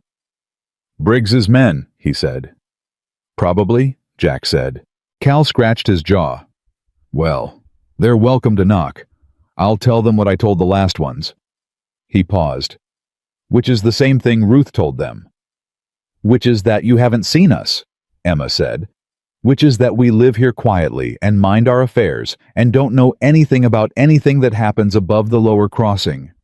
Cal said this with the grave innocence of a man who had been minding his affairs all his life and found it generally useful. Emma looked at these two people, this woman with plum preserves and a direct manner and no patience for Silas Briggs, this man with the barn and the quiet certainty, and felt the specific thickness in her throat that came from being helped by people who didn't have to help. "Why?" she said, and she heard the crack in her own voice and didn't hide it. "You don't owe us anything. Briggs could make your lives difficult too. He does it easily. You know that." Ruth looked at her steadily. "Porter tried to buy our Northfield at half price 2 years ago," she said. "He was acting for Briggs. We said no. Briggs put a lien on it anyway, claimed an old right-of-way. Took 8 months to clear." She paused. "That's what he does. He does it whether you cooperate with him or not. So you might as well not cooperate." She reached out and gripped Emma's arm once firmly. "Besides, I like you. You cleaned all the windows." Emma laughed. It came out strange, slightly ragged real. Jack behind her made the sound that wasn't quite a laugh but was close. They stayed at the Calhoun place until dark, when Jack was satisfied the men at the lower crossing had moved off or settled in for the night without coming up. Cal rode the lower perimeter himself in the late afternoon and came back reporting no sign of them. On the ride back up the trail in the dark, Jack said, "You're all right." Yes, she was. She was better than all right. She was keyed up and alert, and something in her was burning in a clean way like a fire with good wood under it. "You handled that well," he said. "The Calhouns handled it. We just warned them." "You decided to warn them," he said. Quickly, correctly. She rode behind him in the dark and didn't answer because she was thinking about something else, about what it meant that she had today thought faster than fear and acted before she could second-guess herself, and that the result had been exactly right. She was thinking about what the mountain was doing to her, whether the clean air or the hard work or the absence of her father's footsteps on the stairs was slowly rebuilding something in her that had been compressed for years. She was thinking that she felt on a dark trail on the side of a mountain, with two men possibly looking for her somewhere below, more like herself than she had in a very long time. "Jack," she said. "Yeah. What do we do when Briggs himself decides to come?" Because she knew with a certainty she couldn't argue with that Cole and Delbert and the men at the crossing were escalating steps, and not the final one. Briggs had not yet expended his full resource. He hadn't needed to yet, or he was saving it, or he was letting the pressure build until something gave. Jack was quiet on the trail for a moment. "He won't come himself," he said finally. "Men like Briggs don't move in person when they're still feeling out the terrain. He'll send something legal, first try another filing, try a different angle with the county. When that doesn't hold..." He paused. "When that doesn't hold," Emma said, "then he'll come himself, or he'll send someone with real authority, and that's when it goes to Aldridge." He stopped his horse and turned. In the dark, she could barely make out the set of his jaw. "But I need you to understand something." "What?" "If he finds an angle we haven't thought of, if he files something creative, there's a possibility." He stopped again. "Say it," Emma said. "There's a possibility that the federal record isn't enough, that the marriage gets challenged on grounds we can't counter quickly from up here, and if that happens, then we go to Aldridge ourselves," Emma said. He looked at her. "We don't wait for Mathers or a letter or a rider from Denver. We ride to Fort Mercer ourselves, and we put the documents in Aldridge's hands directly." She held his gaze. "Yes, Fort Mercer is 3 days' hard ride. I know. In early September the weather could..." "Jack," she said it firmly. "Is that the plan if it comes to that?" He was quiet for a long moment. "Yes," he said. "That's the plan." She nodded. He turned his horse and they rode the rest of the way in silence, and when the cabin came into view between the trees, she felt as she had begun to feel each time she returned to it, not relief exactly, but recognition. The particular sensation of a place that was becoming known to you. She was inside starting the fire when she heard him in the stable with the horses, and she thought about the day Mathers and the statement. The men at the crossing, Ruth Calhoun's hand on her arm, the ride in the dark, and thought that this was the shape of the fight now. Not the shape she'd imagined when she signed her name in the magistrate's office 3 weeks ago. Bigger, more complicated. More people in it than just her and one man with a legal document. She got the fire going. She put the kettle on. She heard Jack's boots on the step outside. The door opened, and he came in and stopped the way he always stopped, just inside the door, checking the room habit or instinct or the years of living alone, making him careful about change. "Fire's good," he said. "Kettle's on," she said. He took off his coat, hung it by the door. And outside on the mountain, whatever Silas Briggs was preparing moved one day closer, and the stars above the timber were very bright and very cold, and in the cabin the fire held. The letter from Aldridge came on a Thursday, and it was not what Emma expected. She had expected a procedural update, a confirmation that Mathers had delivered the statement that the case was progressing, that the wheels of territorial law were turning in the slow, deliberate way that wheels of territorial law turned. She had expected something that would allow her to exhale partially and return to the rhythm of the mountain with a slightly lighter weight on her chest, What she got instead was a single page in a judge's precise handwriting that said in its third paragraph that Silas Briggs had filed a counterclaim in the territorial court. Not the county court, the territorial court, which meant he had found a lawyer good enough to get past the county level, challenging the validity of the marriage on the grounds that Emma Whitaker had been under legal guardianship at the time of the ceremony, and therefore lacked the legal standing to enter into a marriage contract without her guardian's consent. She read that paragraph 3 times. Then she walked outside and handed the letter to Jack without saying anything. He read it. His jaw tightened. "He found a territorial lawyer," she said. "Yes. Which means he's spending real money now. Which means he's serious." He was always serious. Jack folded the letter. "He's escalating because the federal route scared him. He's trying to get ahead of Aldridge by filing first. Can he do that? Can he actually invalidate the marriage on those grounds?" Jack was quiet for a moment. That was 1 second too long. "Jack." "It's not a strong argument," he said, "but it's not nothing. Guardianship law is inconsistent across territories. If he finds a sympathetic clerk in the right office—" "He already has sympathetic clerks," Emma said. "That's been the entire problem from the beginning. At the county level, the territorial court is different. Is it different enough?" He met her eyes. "I don't know." She had not heard him say that before. In every conversation about Briggs and law and what was possible, he had been certain, careful, measured, but certain. He always knew the next move.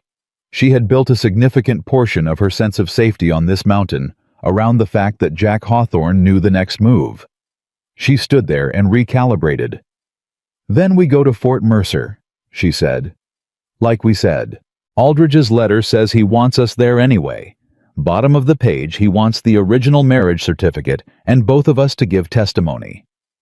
When? He sets a date of September the 14th. Emma counted. "That's 11 days. "Yes." "So we leave in the morning." He looked at her. "Emma, a 3-day ride each way with testimony in the middle. I want you to understand what that looks like. It's not comfortable. The mountain roads in September can be—" "I gave Mathers 3 hours of detailed statement," she said. "I can ride 3 days to give it to a judge in person." She held his gaze. "I'm not asking your permission. I'm telling you what I'm doing. I'm asking if you're coming with me." Something moved in his expression. The kind of movement that was too quick to catch fully there and gone like light through a shutter. "I'm coming," he said. "Good." She took the letter back. "Then we have tonight and tomorrow morning to prepare." "Wrapped and in," they told the Calhouns at first light. Ruth listened with her arms crossed and her face arranged in the expression Emma had come to recognize as her thinking face. Not worried, not alarmed, just processing. "How long?" Ruth said. "Week and a half, possibly 2, Jack said. "I need someone to check the stable and the smokehouse." "We'll check them," Cal said. "And if anyone comes up the trail—" "I know what to tell anyone who comes up the trail," Ruth said. She looked at Emma. "You all right?" "I will be," Emma said. Ruth studied her for a moment with those direct eyes. "You scared?" Emma thought about lying. Decided against it. "A little," she said. Ruth nodded. "Good. Scared and moving is better than calm and stuck." She reached out and gripped Emma's hand once briefly. "You've got the right argument and the right man, and a judge who already knows what Briggs is. That's not nothing." "No," Emma agreed. "It's not nothing." They rode out as the sun cleared the eastern ridge. Yeah. The first day of riding was hard, in the way that the first day of hard things is always hard, not because anything specific went wrong, but because the body hasn't yet adjusted to the reality of sustained discomfort. Emma's back ached by afternoon. Her hands on the reins were sore. She did not say any of this. Jack set a pace that was fast but not punishing, and he checked on her twice without making a performance of it, glancing back, reading her posture the way she'd noticed. He read most things, deciding she was all right, and returning to the trail. At midday, they stopped at a creek to water the horses and eat, and Emma sat on a flat rock and looked at the country around her, which was different from the mountain, wider and more open, the land rolling out in long brown-gold distances, and thought about how small one person's problem was in the geography of a territory that went on for 1,000 miles in every direction. "You're doing it again," Jack said. Thinking loud. "Quiet this time. That's sometimes worse." She looked at him. He was eating dried meat and watching the horses, and he looked in this moment like what he actually was. A man who had spent most of his adult life outdoors, who was comfortable in his own skin, in a way that had nothing to do with arrogance, and everything to do with long acquaintance with himself. "I was thinking about how Briggs has probably never worried about anything the way I've worried about this," she said. "He just files papers. He pays lawyers. He waits for people to run out of options and come back." "That's probably accurate." "It's infuriating. Yes, I want it to cost him something." She said it clearly without apology. "I want the case to cost him money and reputation and the ability to do this to whoever comes after me. I want the next woman he targets to be able to say there's a federal record and a precedent and a judge who already ruled against him." She paused. "Is that what Aldridge can actually do?" Jack set down his food. "If the case is solid, yes. A territorial ruling against Briggs's lending practices would follow him, would make it harder to operate in any territory that recognized the precedent." "How many territories does Aldridge cover?" 6. Emma picked up her canteen. "Then let's make it solid." He looked at her for a moment, with that expression, the one that was constantly updating its estimate of her, and said nothing which she had learned was his form of agreement when he'd run out of arguments against something. They rode until the light failed, and camped where the trail widened near a stand of cottonwood, and Emma slept on the ground, wrapped in her bedroll, and woke stiff and sore, and already calculating the miles remaining. So, on the second day, they came down out of the high country into the valley proper, and the landscape changed, and the air changed, and Oak Hollow was somewhere to the northwest, close enough that Emma was aware of it, the way you're aware of something you don't want to look at directly. They didn't pass through it. Jack had planned the route to avoid the town entirely, swinging south through ranch country and picking up the Fort Mercer Road at a junction 18 miles out. It added 2 hours to the ride. Emma hadn't asked him to do this. He had done it. She noticed. She didn't say anything about it. What she said when they were far enough south that the junction was an hour ahead was, "My father is somewhere back there right now." "Yes," Jack said. "Probably in the bakery, or what's left of it. Probably." She looked at the road. "I keep expecting to feel more about that than I do." "What do you feel?" She thought about it honestly. "Sad.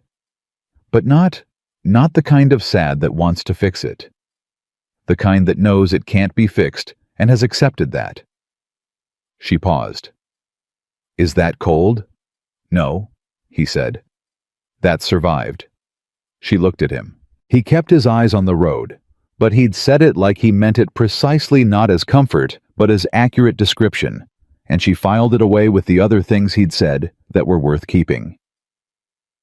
Fort Mercer was larger than Emma had expected, a proper territorial town, with a federal courthouse that had columns and everything, which struck her as both impressive and faintly absurd in the middle of all this open country. They rode in on the afternoon of the third day, found a boarding house on the south side of the main street, and Emma washed her face in the basin in her room and looked at herself in the mirror for the first time in weeks. She looked different, not worse, just different. The mountain summer had put color in her face, and her hands were stronger, and there was something in the set of her jaw that she recognized as the expression her mother had worn. Sometimes the expression of a woman who had decided something and wasn't undeciding it. She went to find Jack. He was already at the courthouse. Not inside the building, was closed for the evening, but on the steps talking to a man who turned out to be Mathers, who had apparently ridden ahead from somewhere and was waiting with the filed documents in a leather case under his arm. "Mrs. Hawthorne," Mathers said with what looked like genuine relief. "Good. Both of you here. Aldridge moved the meeting to tomorrow morning, 7 o'clock. He wants to review the filings before Briggs's lawyer arrives. Emma stared at him. Briggs's lawyer is coming here. Filed a motion to appear and present the counterclaim in person. Mather's expression was neutral in the way of a man who had seen this move before. It's a play. He wants to be in the room when Aldridge rules, in case there's any flexibility in the interpretation. Is there flexibility? Jack said. There's always flexibility somewhere. Aldridge knows where it is and where it isn't. Mathers looked between them.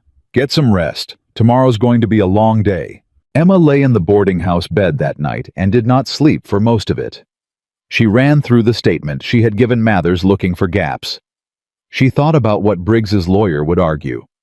She thought about what she would say if Aldridge asked her questions directly in a courtroom with a high ceiling and columns outside, in front of a man with the authority to define what her marriage meant, and what her name meant, and what her life on that mountain was worth under the law. She thought about Ruth Calhoun's hand on her arm. She thought about Jack saying survived with the precision of someone who had used the word about himself first. She slept, eventually. Judge Aldridge was a small, thin man in his 60s, with the kind of stillness that came from decades of listening to people tell him things and deciding which parts mattered. He shook Emma's hand when she came in, which she hadn't expected from a federal judge, and looked at her for exactly the right amount of time, long enough to assess, brief enough to be respectful.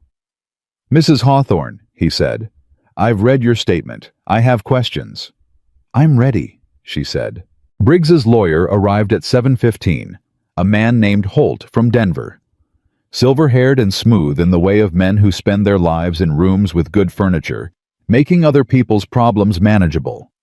He nodded at Aldridge and glanced at Emma and Jack with the professional disinterest of someone who had decided the opposition was not worth reading carefully.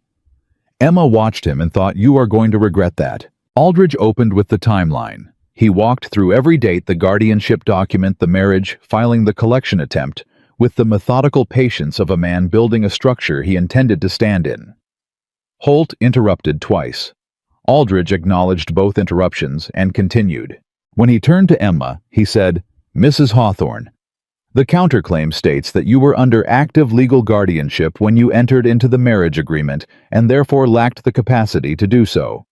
In your own words, what was your understanding of your legal situation on the morning of Friday, August the 4th?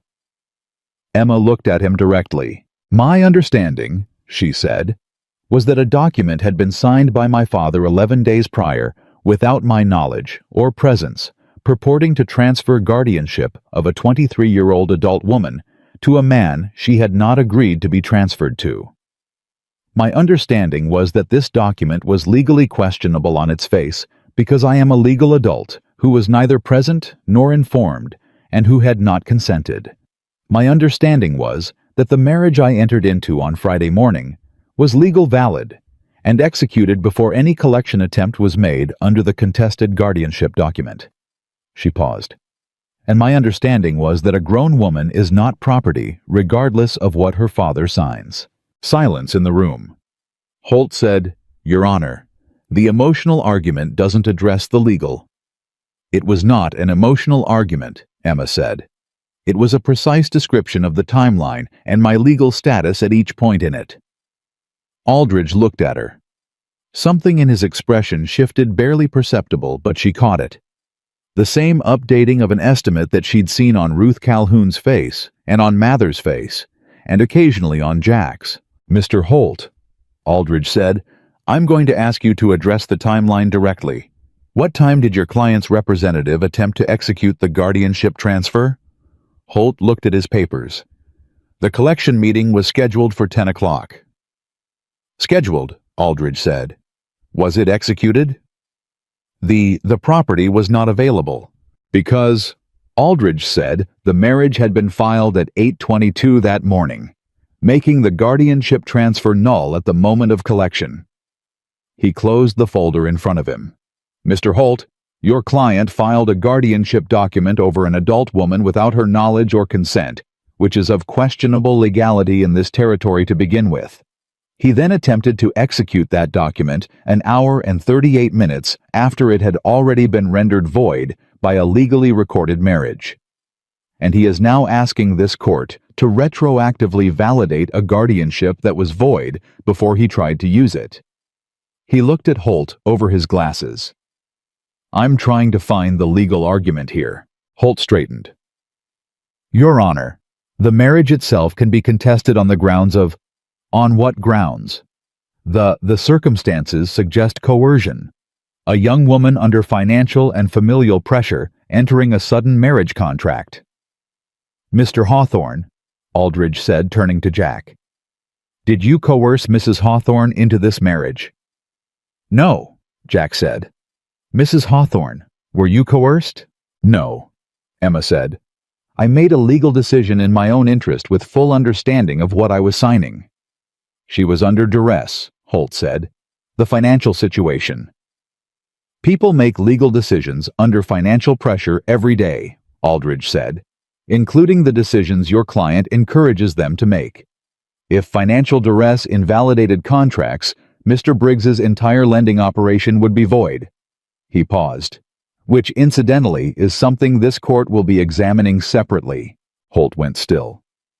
Emma heard those words, "examining separately," and felt something loosen in her chest that had been tight since the morning she found the guardianship papers in her father's desk. "Your Honor," Holt said carefully now. "My client." "Your client," Aldridge said, "has a pattern of using guardianship documents as debt collection instruments across 4 counties and 3 territories, which my office has been documenting for 14 months. This case is the cleanest instance in the record because Mrs. Hawthorne had the presence of mind to preserve every document and provide a complete time-stamped account." He folded his hands. "The counterclaim is denied. The marriage stands. Mrs. Emma Hawthorne's legal status is that of a married adult woman, and no document filed by Silas Briggs or his representatives has any validity against that standing." He stamped the document. The sound was small and definitive, like a period at the end of a very long sentence. Holt gathered his papers without speaking. He looked at Emma once as he was leaving a look that was not quite anger and not quite respect, but somewhere in the complicated territory between them. Then he left. Mathers was already writing. Aldridge looked at Emma and Jack across the table. "The broader case against Briggs's lending operation will take time. You understand that?" "Yes," Emma said. "The other women involved, the ones in his boarding house contracts, their situations are more complicated. The labor agreements have language that's going to require careful unwinding." He looked at her. "Your statement was the clearest documentation we have of how the operation works from the inside. It's going to matter." Emma nodded. "Is there anything you need from this court in the short term?" She thought about it. "A copy of today's ruling, certified, for our records." "You'll have it before you leave today." He stood, extended his hand to Jack first, then to Emma. "Mrs. Hawthorne, I'm sorry this was necessary." "I'm not," she said. "If it helps the others, I'm not sorry at all." He looked at her steadily. "It will." They were back on the road to the mountain by early afternoon, the certified copy of Aldridge's ruling in Emma's saddlebag next to her journal and her mother's silver thimble.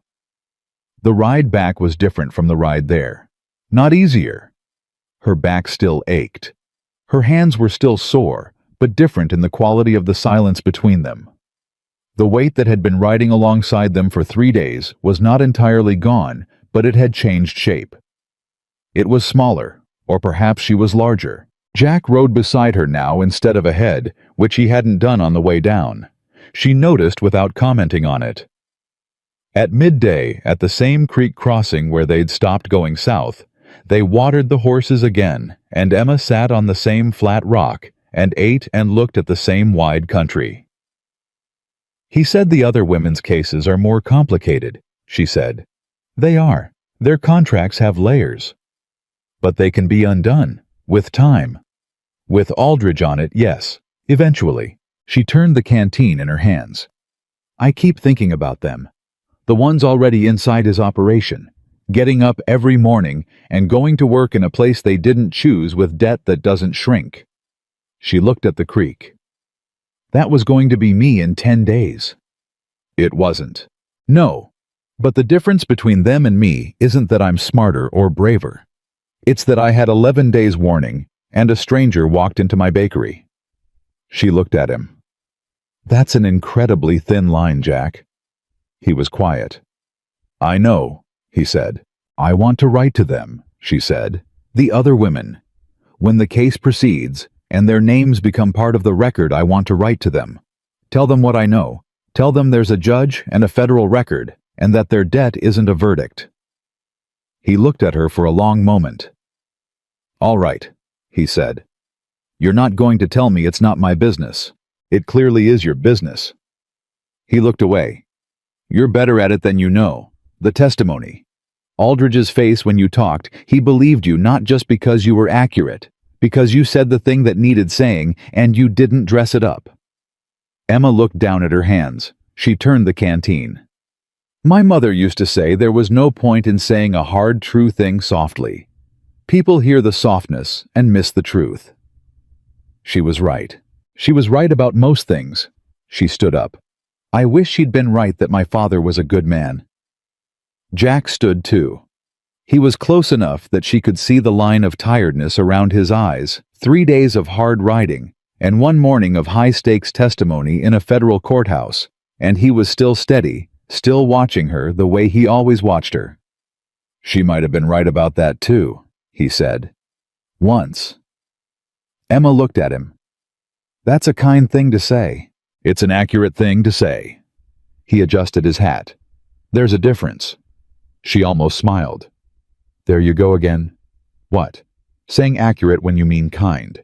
He looked at her a long, direct look and said nothing, and she felt something in the air between them that had been building for weeks without either of them naming it. And this was not the moment for naming it. They were standing at a creek crossing 2 days' ride from home, with everything still unsettled, and Briggs still operating in Oak Hollow, and 3 other women still working their way out of his contracts. But she felt it, and she thought from the way he looked at her that he felt it too. She picked up her bedroll. Let's move, she said. I want to make the high road before dark. He nodded, went to his horse. They rode. On the 3rd morning, the morning of the ride back up the mountain, Emma woke in the second boarding house they'd stayed in, a smaller place closer to the foothills, and lay in the gray early light and thought about what was waiting for her at the top of the trail. The cabin, the stove, the sourdough she'd been meaning to perfect, the journal with its pages of practical notes and occasional precise things, the creek 50 yards out the window, the view from the eastern meadow in the morning when the light came in low and turned everything gold for about 20 minutes before the day caught up with it. She thought about the latch on her door. She thought about coffee in a tin mug across the table from a man who hummed quietly when he worked and said accurate when he meant kind. She got up and dressed and went downstairs and started the water for coffee, and when Jack came down 4 minutes later, she already had the mugs out. He looked at the mugs. You don't have to do that, he said. I know, she said. I wanted to. He sat down. She poured. They drank their coffee in the early morning of a town that wasn't theirs on the last day before they went home, and neither of them said anything for a while. Then Jack said, When we get back, there's something I should tell you. She looked at him over her mug. About the claim, he said. About why I went to Larimer County after my sister, what I found when I got there. He was looking at the table, not at her. I've been there are things about that time that are relevant to what we're doing now, that you should probably know if you're going to be part of this fight properly. Emma set down her mug. Tell me now, she said. He looked up. If it's relevant, she said, and it sounds like it is, tell me now.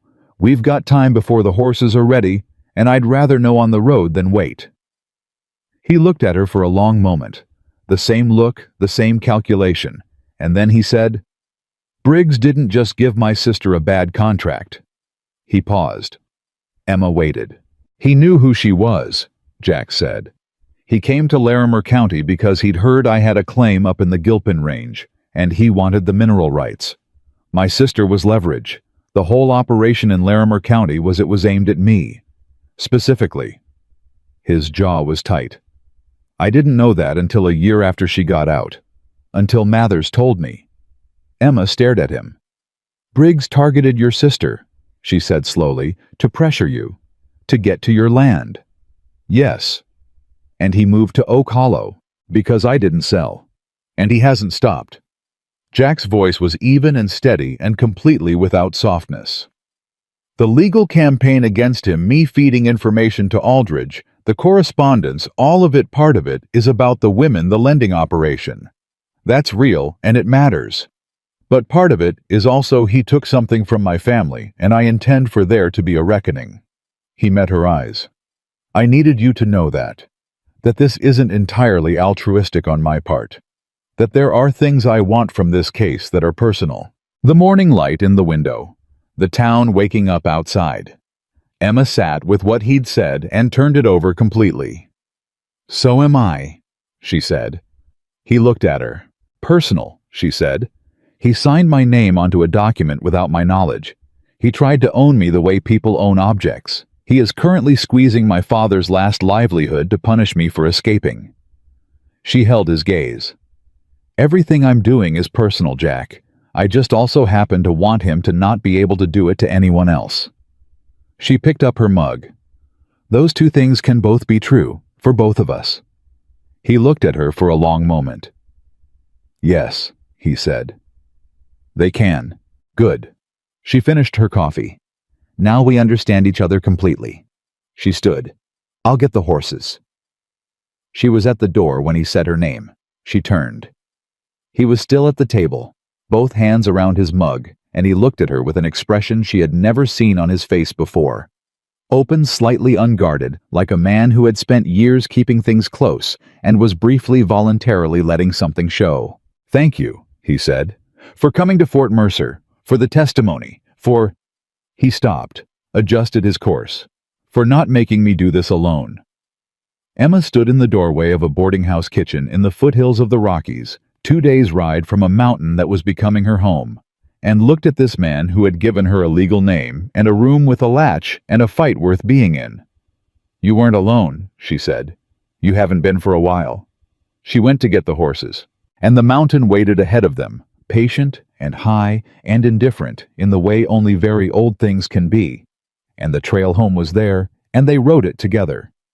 They came home to snow. Not a heavy snow, just the first thin layer of it. The kind that arrives in early September in the high country, like a rumor of what's coming, dusting the meadow and the woodpile and the stable roof, with something that looked almost decorative, until you understood it was a warning. Emma pulled Clover to a stop at the edge of the yard and looked at the cabin, and felt with a completeness she hadn't expected that she was looking at something that belonged to her. Not owned, not signed over, not transferred on a document without her knowledge. Belonged. The way a place belongs to a person who has learned it and worked it and chosen it every single morning. Jack was already dismounting. He checked the stable, first habit or instinct, the same way he checked doors, and came back to say the Calhouns had been through recently, wood restacked, horses, water trough cleared. Ruth's work probably. Emma could tell by the particular efficiency of it. She carried her saddlebag inside and stood in the middle of the cabin and breathed the smell of it.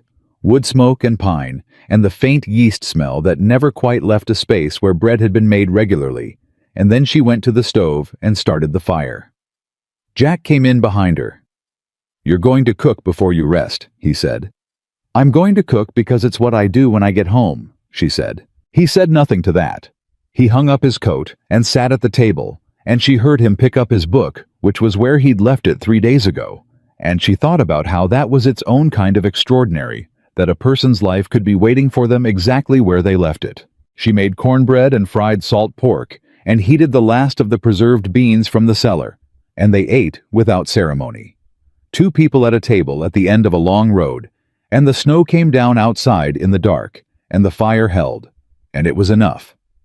Before she went to her room, she set the certified copy of Aldridge's ruling on the shelf above the fireplace, between the tin of matches and the small framed photograph of her mother that she'd brought from Oak Hollow in her canvas bag. She looked at those 3 things together for a moment.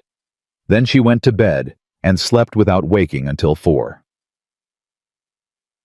The letter from Mathers came 6 days later, and this one Emma read without bracing herself first. The territorial case against Silas Briggs had been formally opened. Aldridge had assigned a prosecutor from the Denver office.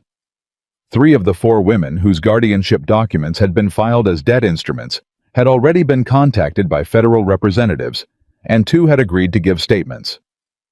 The labor agreements Briggs used in his boarding house operation were under review. His lawyer, Holt, had filed 2 preliminary motions, and both had been denied. At the bottom of the letter in Mathers' businesslike hand, "Your testimony remains the anchor of this case." The judge's language from the September 14th ruling is being cited in the opening documents. You should know that. Emma read that last line twice.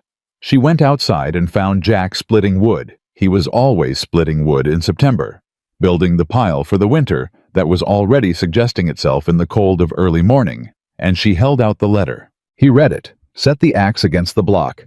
"Anchor of the case," he said. "Yes." He handed the letter back. His expression was doing that thing again, the one where it gave less than it felt. "Does that feel like enough?" he said. She thought about it honestly, the way she'd been trying to do all things. "For right now," she said. "Ask me again when the verdict comes." He nodded, picked up the axe. She went back inside and wrote to the 2 women who had agreed to give statements. She had their names from a second note Mathers had included separately, informal, outside the official correspondence. She wrote 2 letters. She told them what she knew. She told them about the timeline and the federal record and what Aldridge had said about the labor agreements. She told them at the end of each letter the same thing.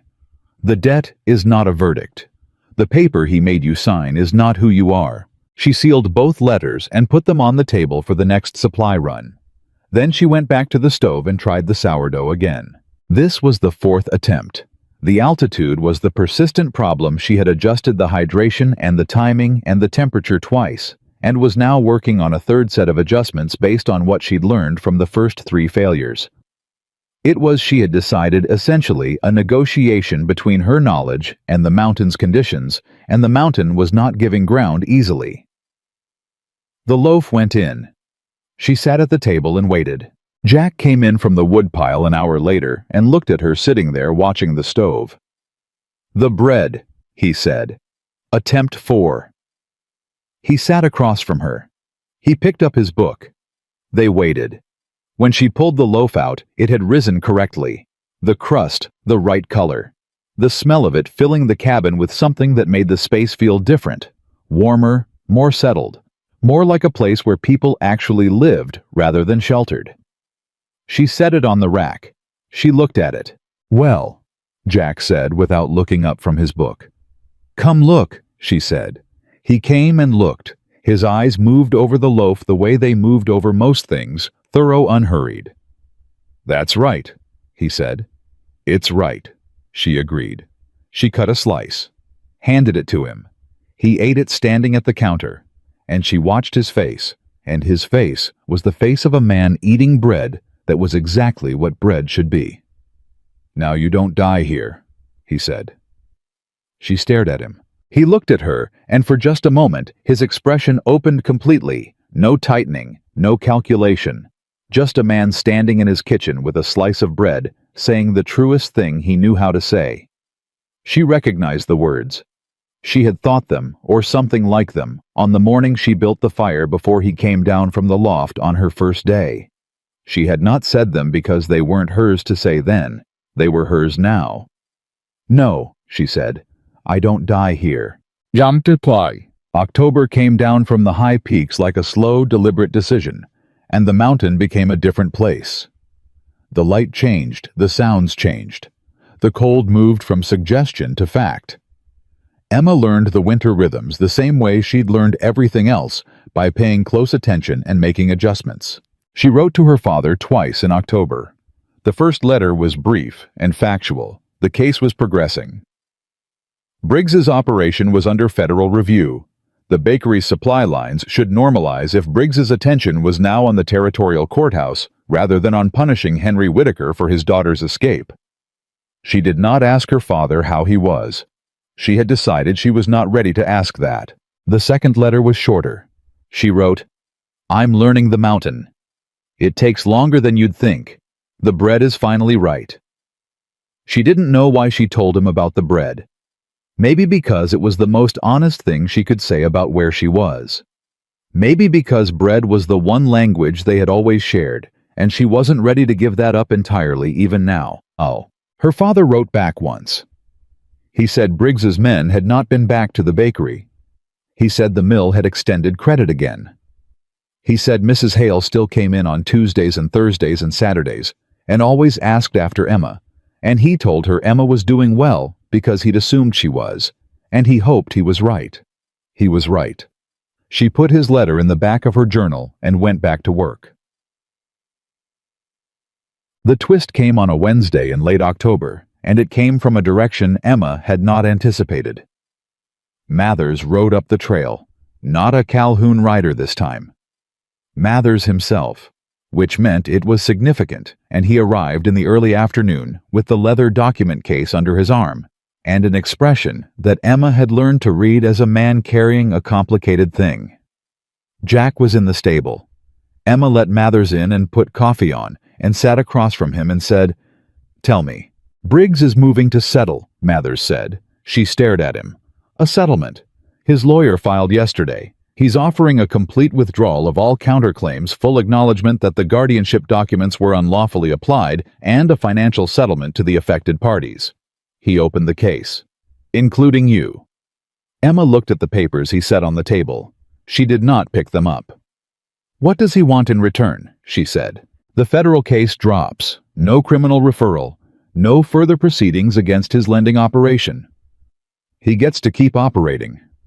Under modified terms with territorial oversight, which in practice means almost nothing," Emma said. "He adjusts his language and keeps doing what he does." She looked at Mathers directly. "That's what he wants." "Yes." She was quiet for a moment. Jack came in from the stable. He looked at Mathers and looked at Emma's face, and came to the table and read the settlement offer in silence. She watched him read it. His jaw tightened about 3/4 through. "No criminal referral," he said. "That's the core of it," Mathers said. "He wants immunity. He wants the case to end before it reaches the phase where Aldridge can recommend criminal charges to the federal prosecutor." Mathers paused, which Aldridge was preparing to do in about 3 weeks. Jack set the papers down. He and Emma looked at each other. "What do the other women want?" Emma said. Mathers looked at her. "Excuse me." The 2 women who gave statements. "And the third one, the one who hasn't agreed to speak yet. What do they want?" She kept her voice even. "This is their case too. Their names are in the record. Whatever we decide affects them. So what do they want?" Mathers opened his mouth, closed it.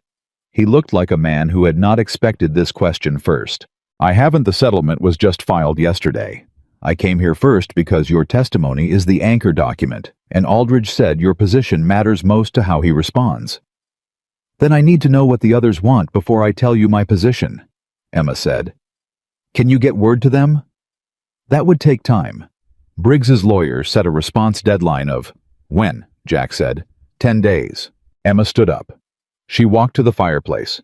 She looked at the certified ruling on the shelf, the one that said her name and said the marriage stands, and said legally null in reference to every document Briggs had tried to use against her. She thought about what Aldridge had said. "Your statement was the clearest documentation we have of how the operation works from the inside. It's going to matter." She thought about the women who were still inside that operation, still waking up every morning in a place they hadn't chosen with debt that didn't shrink. She turned around. "Tell Aldridge no," she said. Mathers looked at her. "We don't settle," she said. "Not like this. Not with him walking away from the criminal referral. The financial payment doesn't matter, mine or anyone else's. What matters is the precedent. What matters is whether the next woman he targets in the next territory has a federal criminal record to point to, or just a civil adjustment that his next lawyer can work around." She looked at Jack. "Am I wrong?" Jack held her gaze. "No." "Mrs. Hawthorne," Mathers said carefully, "a settlement is a guaranteed outcome.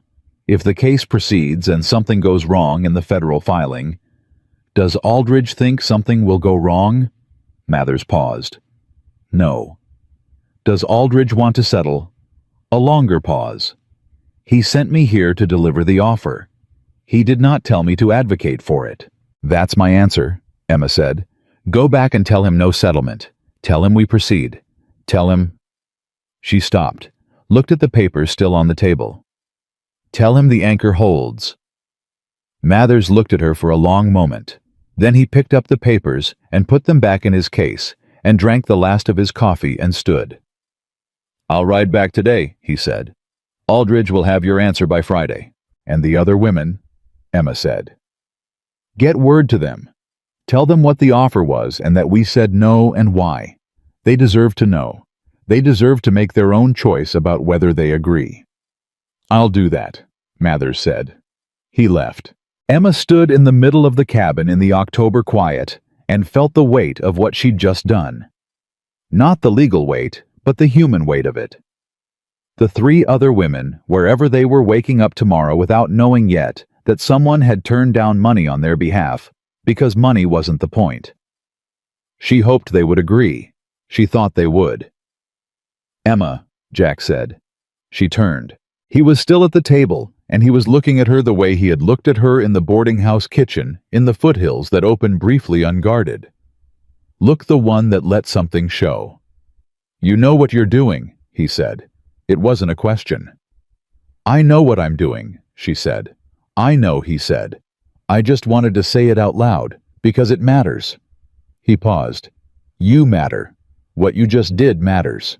Emma looked at him across the table in the cabin that was hers by law and by labor and by choice, with the snow on the meadow outside and the fire in the grate and the sourdough bread cooling on the rack. She thought about the girl who had stood behind a bakery counter in the summer heat of Oak Hollow and watched a man she didn't know look at her bruised wrist and not say anything about it.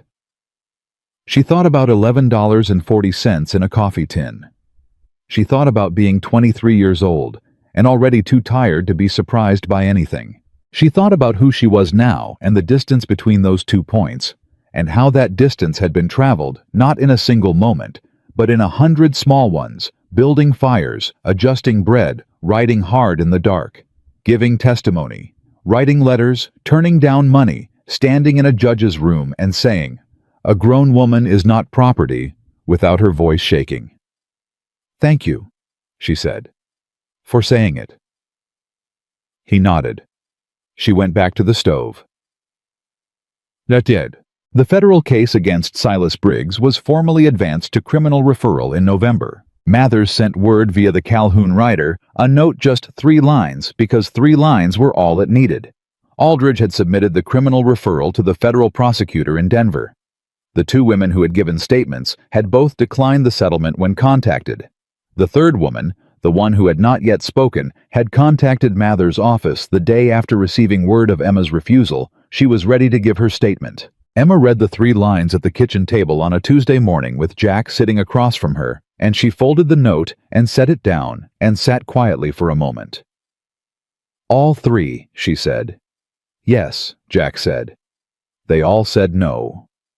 They all said no. She breathed in, out. The fire in the stove made its small, even sound. "Good," she said. She went back to her bread. The criminal trial of Silas Briggs was not swift because federal trials never were, and Emma had not expected it to be. What she had expected was that the mountain would keep being the mountain through all of it, demanding seasonal indifference to the proceedings in Denver in the exact proportion that made those proceedings easier to endure. She was right. November deepened into a winter that was harder than anything she'd known in Oak Hollow. The snow came in earnest by mid-month, and the days shortened until the light was a brief visitor that arrived late and left early and apologized for nothing. The supply runs stopped. The Calhouns were 4 miles away and felt on the worst days like 40. The cabin shrank around her and Jack in the specific way of mountain winters, where the walls come closer, not because the structure changes, but because the world outside contracts to the size of what you can get through safely. She was not miserable. This surprised her somewhat. She had expected to find the confinement hard. She had never been a person who needed solitude exactly, and the bakery had given her the constant low-level company of customers and transactions, even when she was unhappy. But the winter on the mountain was a different kind of confinement. It had purpose in it. Every task was necessary. Every decision had consequence. There was no performance of work, because the work was entirely real. And there was Jack.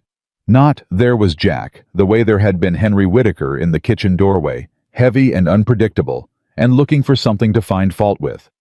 There was Jack, the way there is a solid thing in a solid place, present, reliable, taking up appropriate space, and no more. He taught her things in the winter that he hadn't needed to teach her in summer.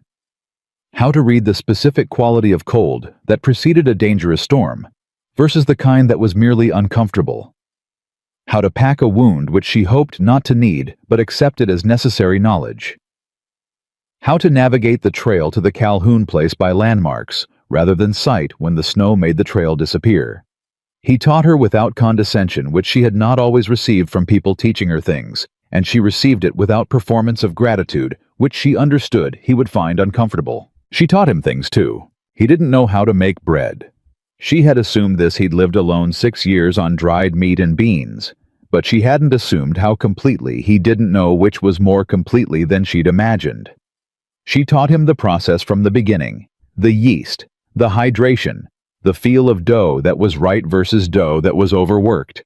He was a careful student. He asked precise questions. He failed twice and did not appear to find this embarrassing, which she appreciated. The third time his loaf came out right. He looked at it. "Huh," he said, which was, she had come to understand the Jack Hawthorne equivalent of astonishment. "You can do it again now," she said. "I can do it when you can't," he said, meaning in case of injury, in case of illness, in case you need it done and can't do it yourself. That was how he thought, practically, structurally, always, with the in case built in. She looked at him cutting a slice of his own bread and thought, there it is again. He says practical and means something else entirely. She didn't say that. It was the middle of December, and the time for saying some things was not yet right, and she was learning, among other things, to trust the timing of the mountain. The twist that changed everything came on Christmas Eve, which Emma had not been marking as Christmas Eve particularly. She had noted the date in her journal and thought about her mother, and moved on when Jack came in from the stable with a letter that had arrived somehow from somewhere through some combination of Calhoun riders and mountain persistence. It was from Aldridge, not Mathers. Aldridge himself in the judge's precise hand. Emma read it standing at the counter because she couldn't wait to sit down. Silas Briggs had not waited for the federal trial. He had entered a guilty plea. The details were dense and legal, and she read them 3 times to be sure she was understanding them correctly. The guilty plea covered the unlawful application of guardianship documents as debt instruments, fraudulent misrepresentation in labor agreements, and predatory lending practices with coercive elements in 3 territories. The settlement he'd offered in October, the one Emma had turned down, had been a last attempt to avoid exactly this.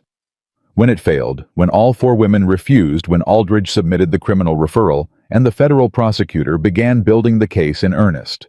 Briggs's own lawyer had apparently told him what was coming, and Briggs had made the calculation that a negotiated guilty plea was better than a trial. His lending operation in Oak Hollow and 2 adjacent counties was ordered dissolved. His assets were being reviewed for restitution payments to affected parties. He was prohibited from operating in any lending property transfer or labor contracting capacity in any territory covered by the federal 6th Circuit, which was Aldridge's jurisdiction. 6 territories. At the bottom of the letter, Aldridge had written one sentence in a different ink, as though added after the formal letter was complete. The anchor held Mrs. Hawthorne. Well done. Emma stood at the counter holding the letter and felt something move through her that was too large and too complicated to name as a single thing. It was not simple happiness. It was more structural than that. It was the specific feeling of a foundation settling, of something that had been uncertain for months, finally becoming solid underfoot. She thought about 3 women she had never met who had woken up this morning inside a system that no longer legally existed. She thought about the one who had called Mather's office after hearing that Emma had refused the settlement. She thought about what it meant that 4 women strangers to each other had all said no to the money and yes to the fight, and that the fight had worked. She thought about her mother. She set the letter on the table and went to the door and opened it and stood in the cold of Christmas Eve on the mountain and looked up at the sky, which was clear and enormous and full of stars, in the way that the winter mountain sky was full of stars, more than seemed plausible, more than you could hold in your vision at once. She heard Jack behind her. "Emma?" "He pled guilty," she said. He came to the door. She handed him the letter, and he read it over her shoulder close enough that she could feel the warmth of him in the cold air. She heard the moment he got to the end, the slight change in his breathing. "6 territories," he said. "6 territories," she said. He was quiet for a moment. "My sister," he said. "This covers Larimer County." "Yes." He was very still. She didn't look at him because she understood that this was a moment he needed to have in the direction he was facing, not being watched. "Good," he said. His voice was even and quiet, and she could hear everything underneath it. They stood in the doorway for a while longer than they needed to in the cold of Christmas Eve, and the stars did what stars do, burned on indifferent necessary the best map there was. Then Jack said, "Come inside. It's cold." "I know it's cold," she said. "Emma." She turned and looked at him. He was holding the door, and the firelight from the cabin was behind him, and his face in that light was the face of a man who had been carrying something a very long time and had just set part of it down. "Come inside," he said again, quieter.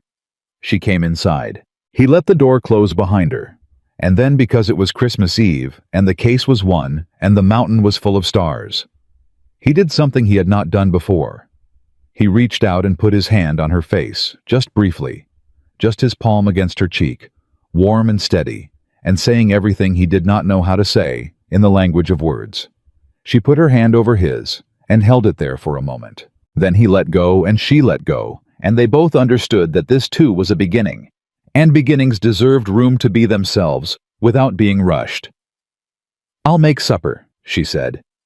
"I'll get more wood," he said. She went to the stove. He went outside, and when he came back in with the wood and the cold air on his coat and the stars still going in the sky above the mountain, she was already making bread.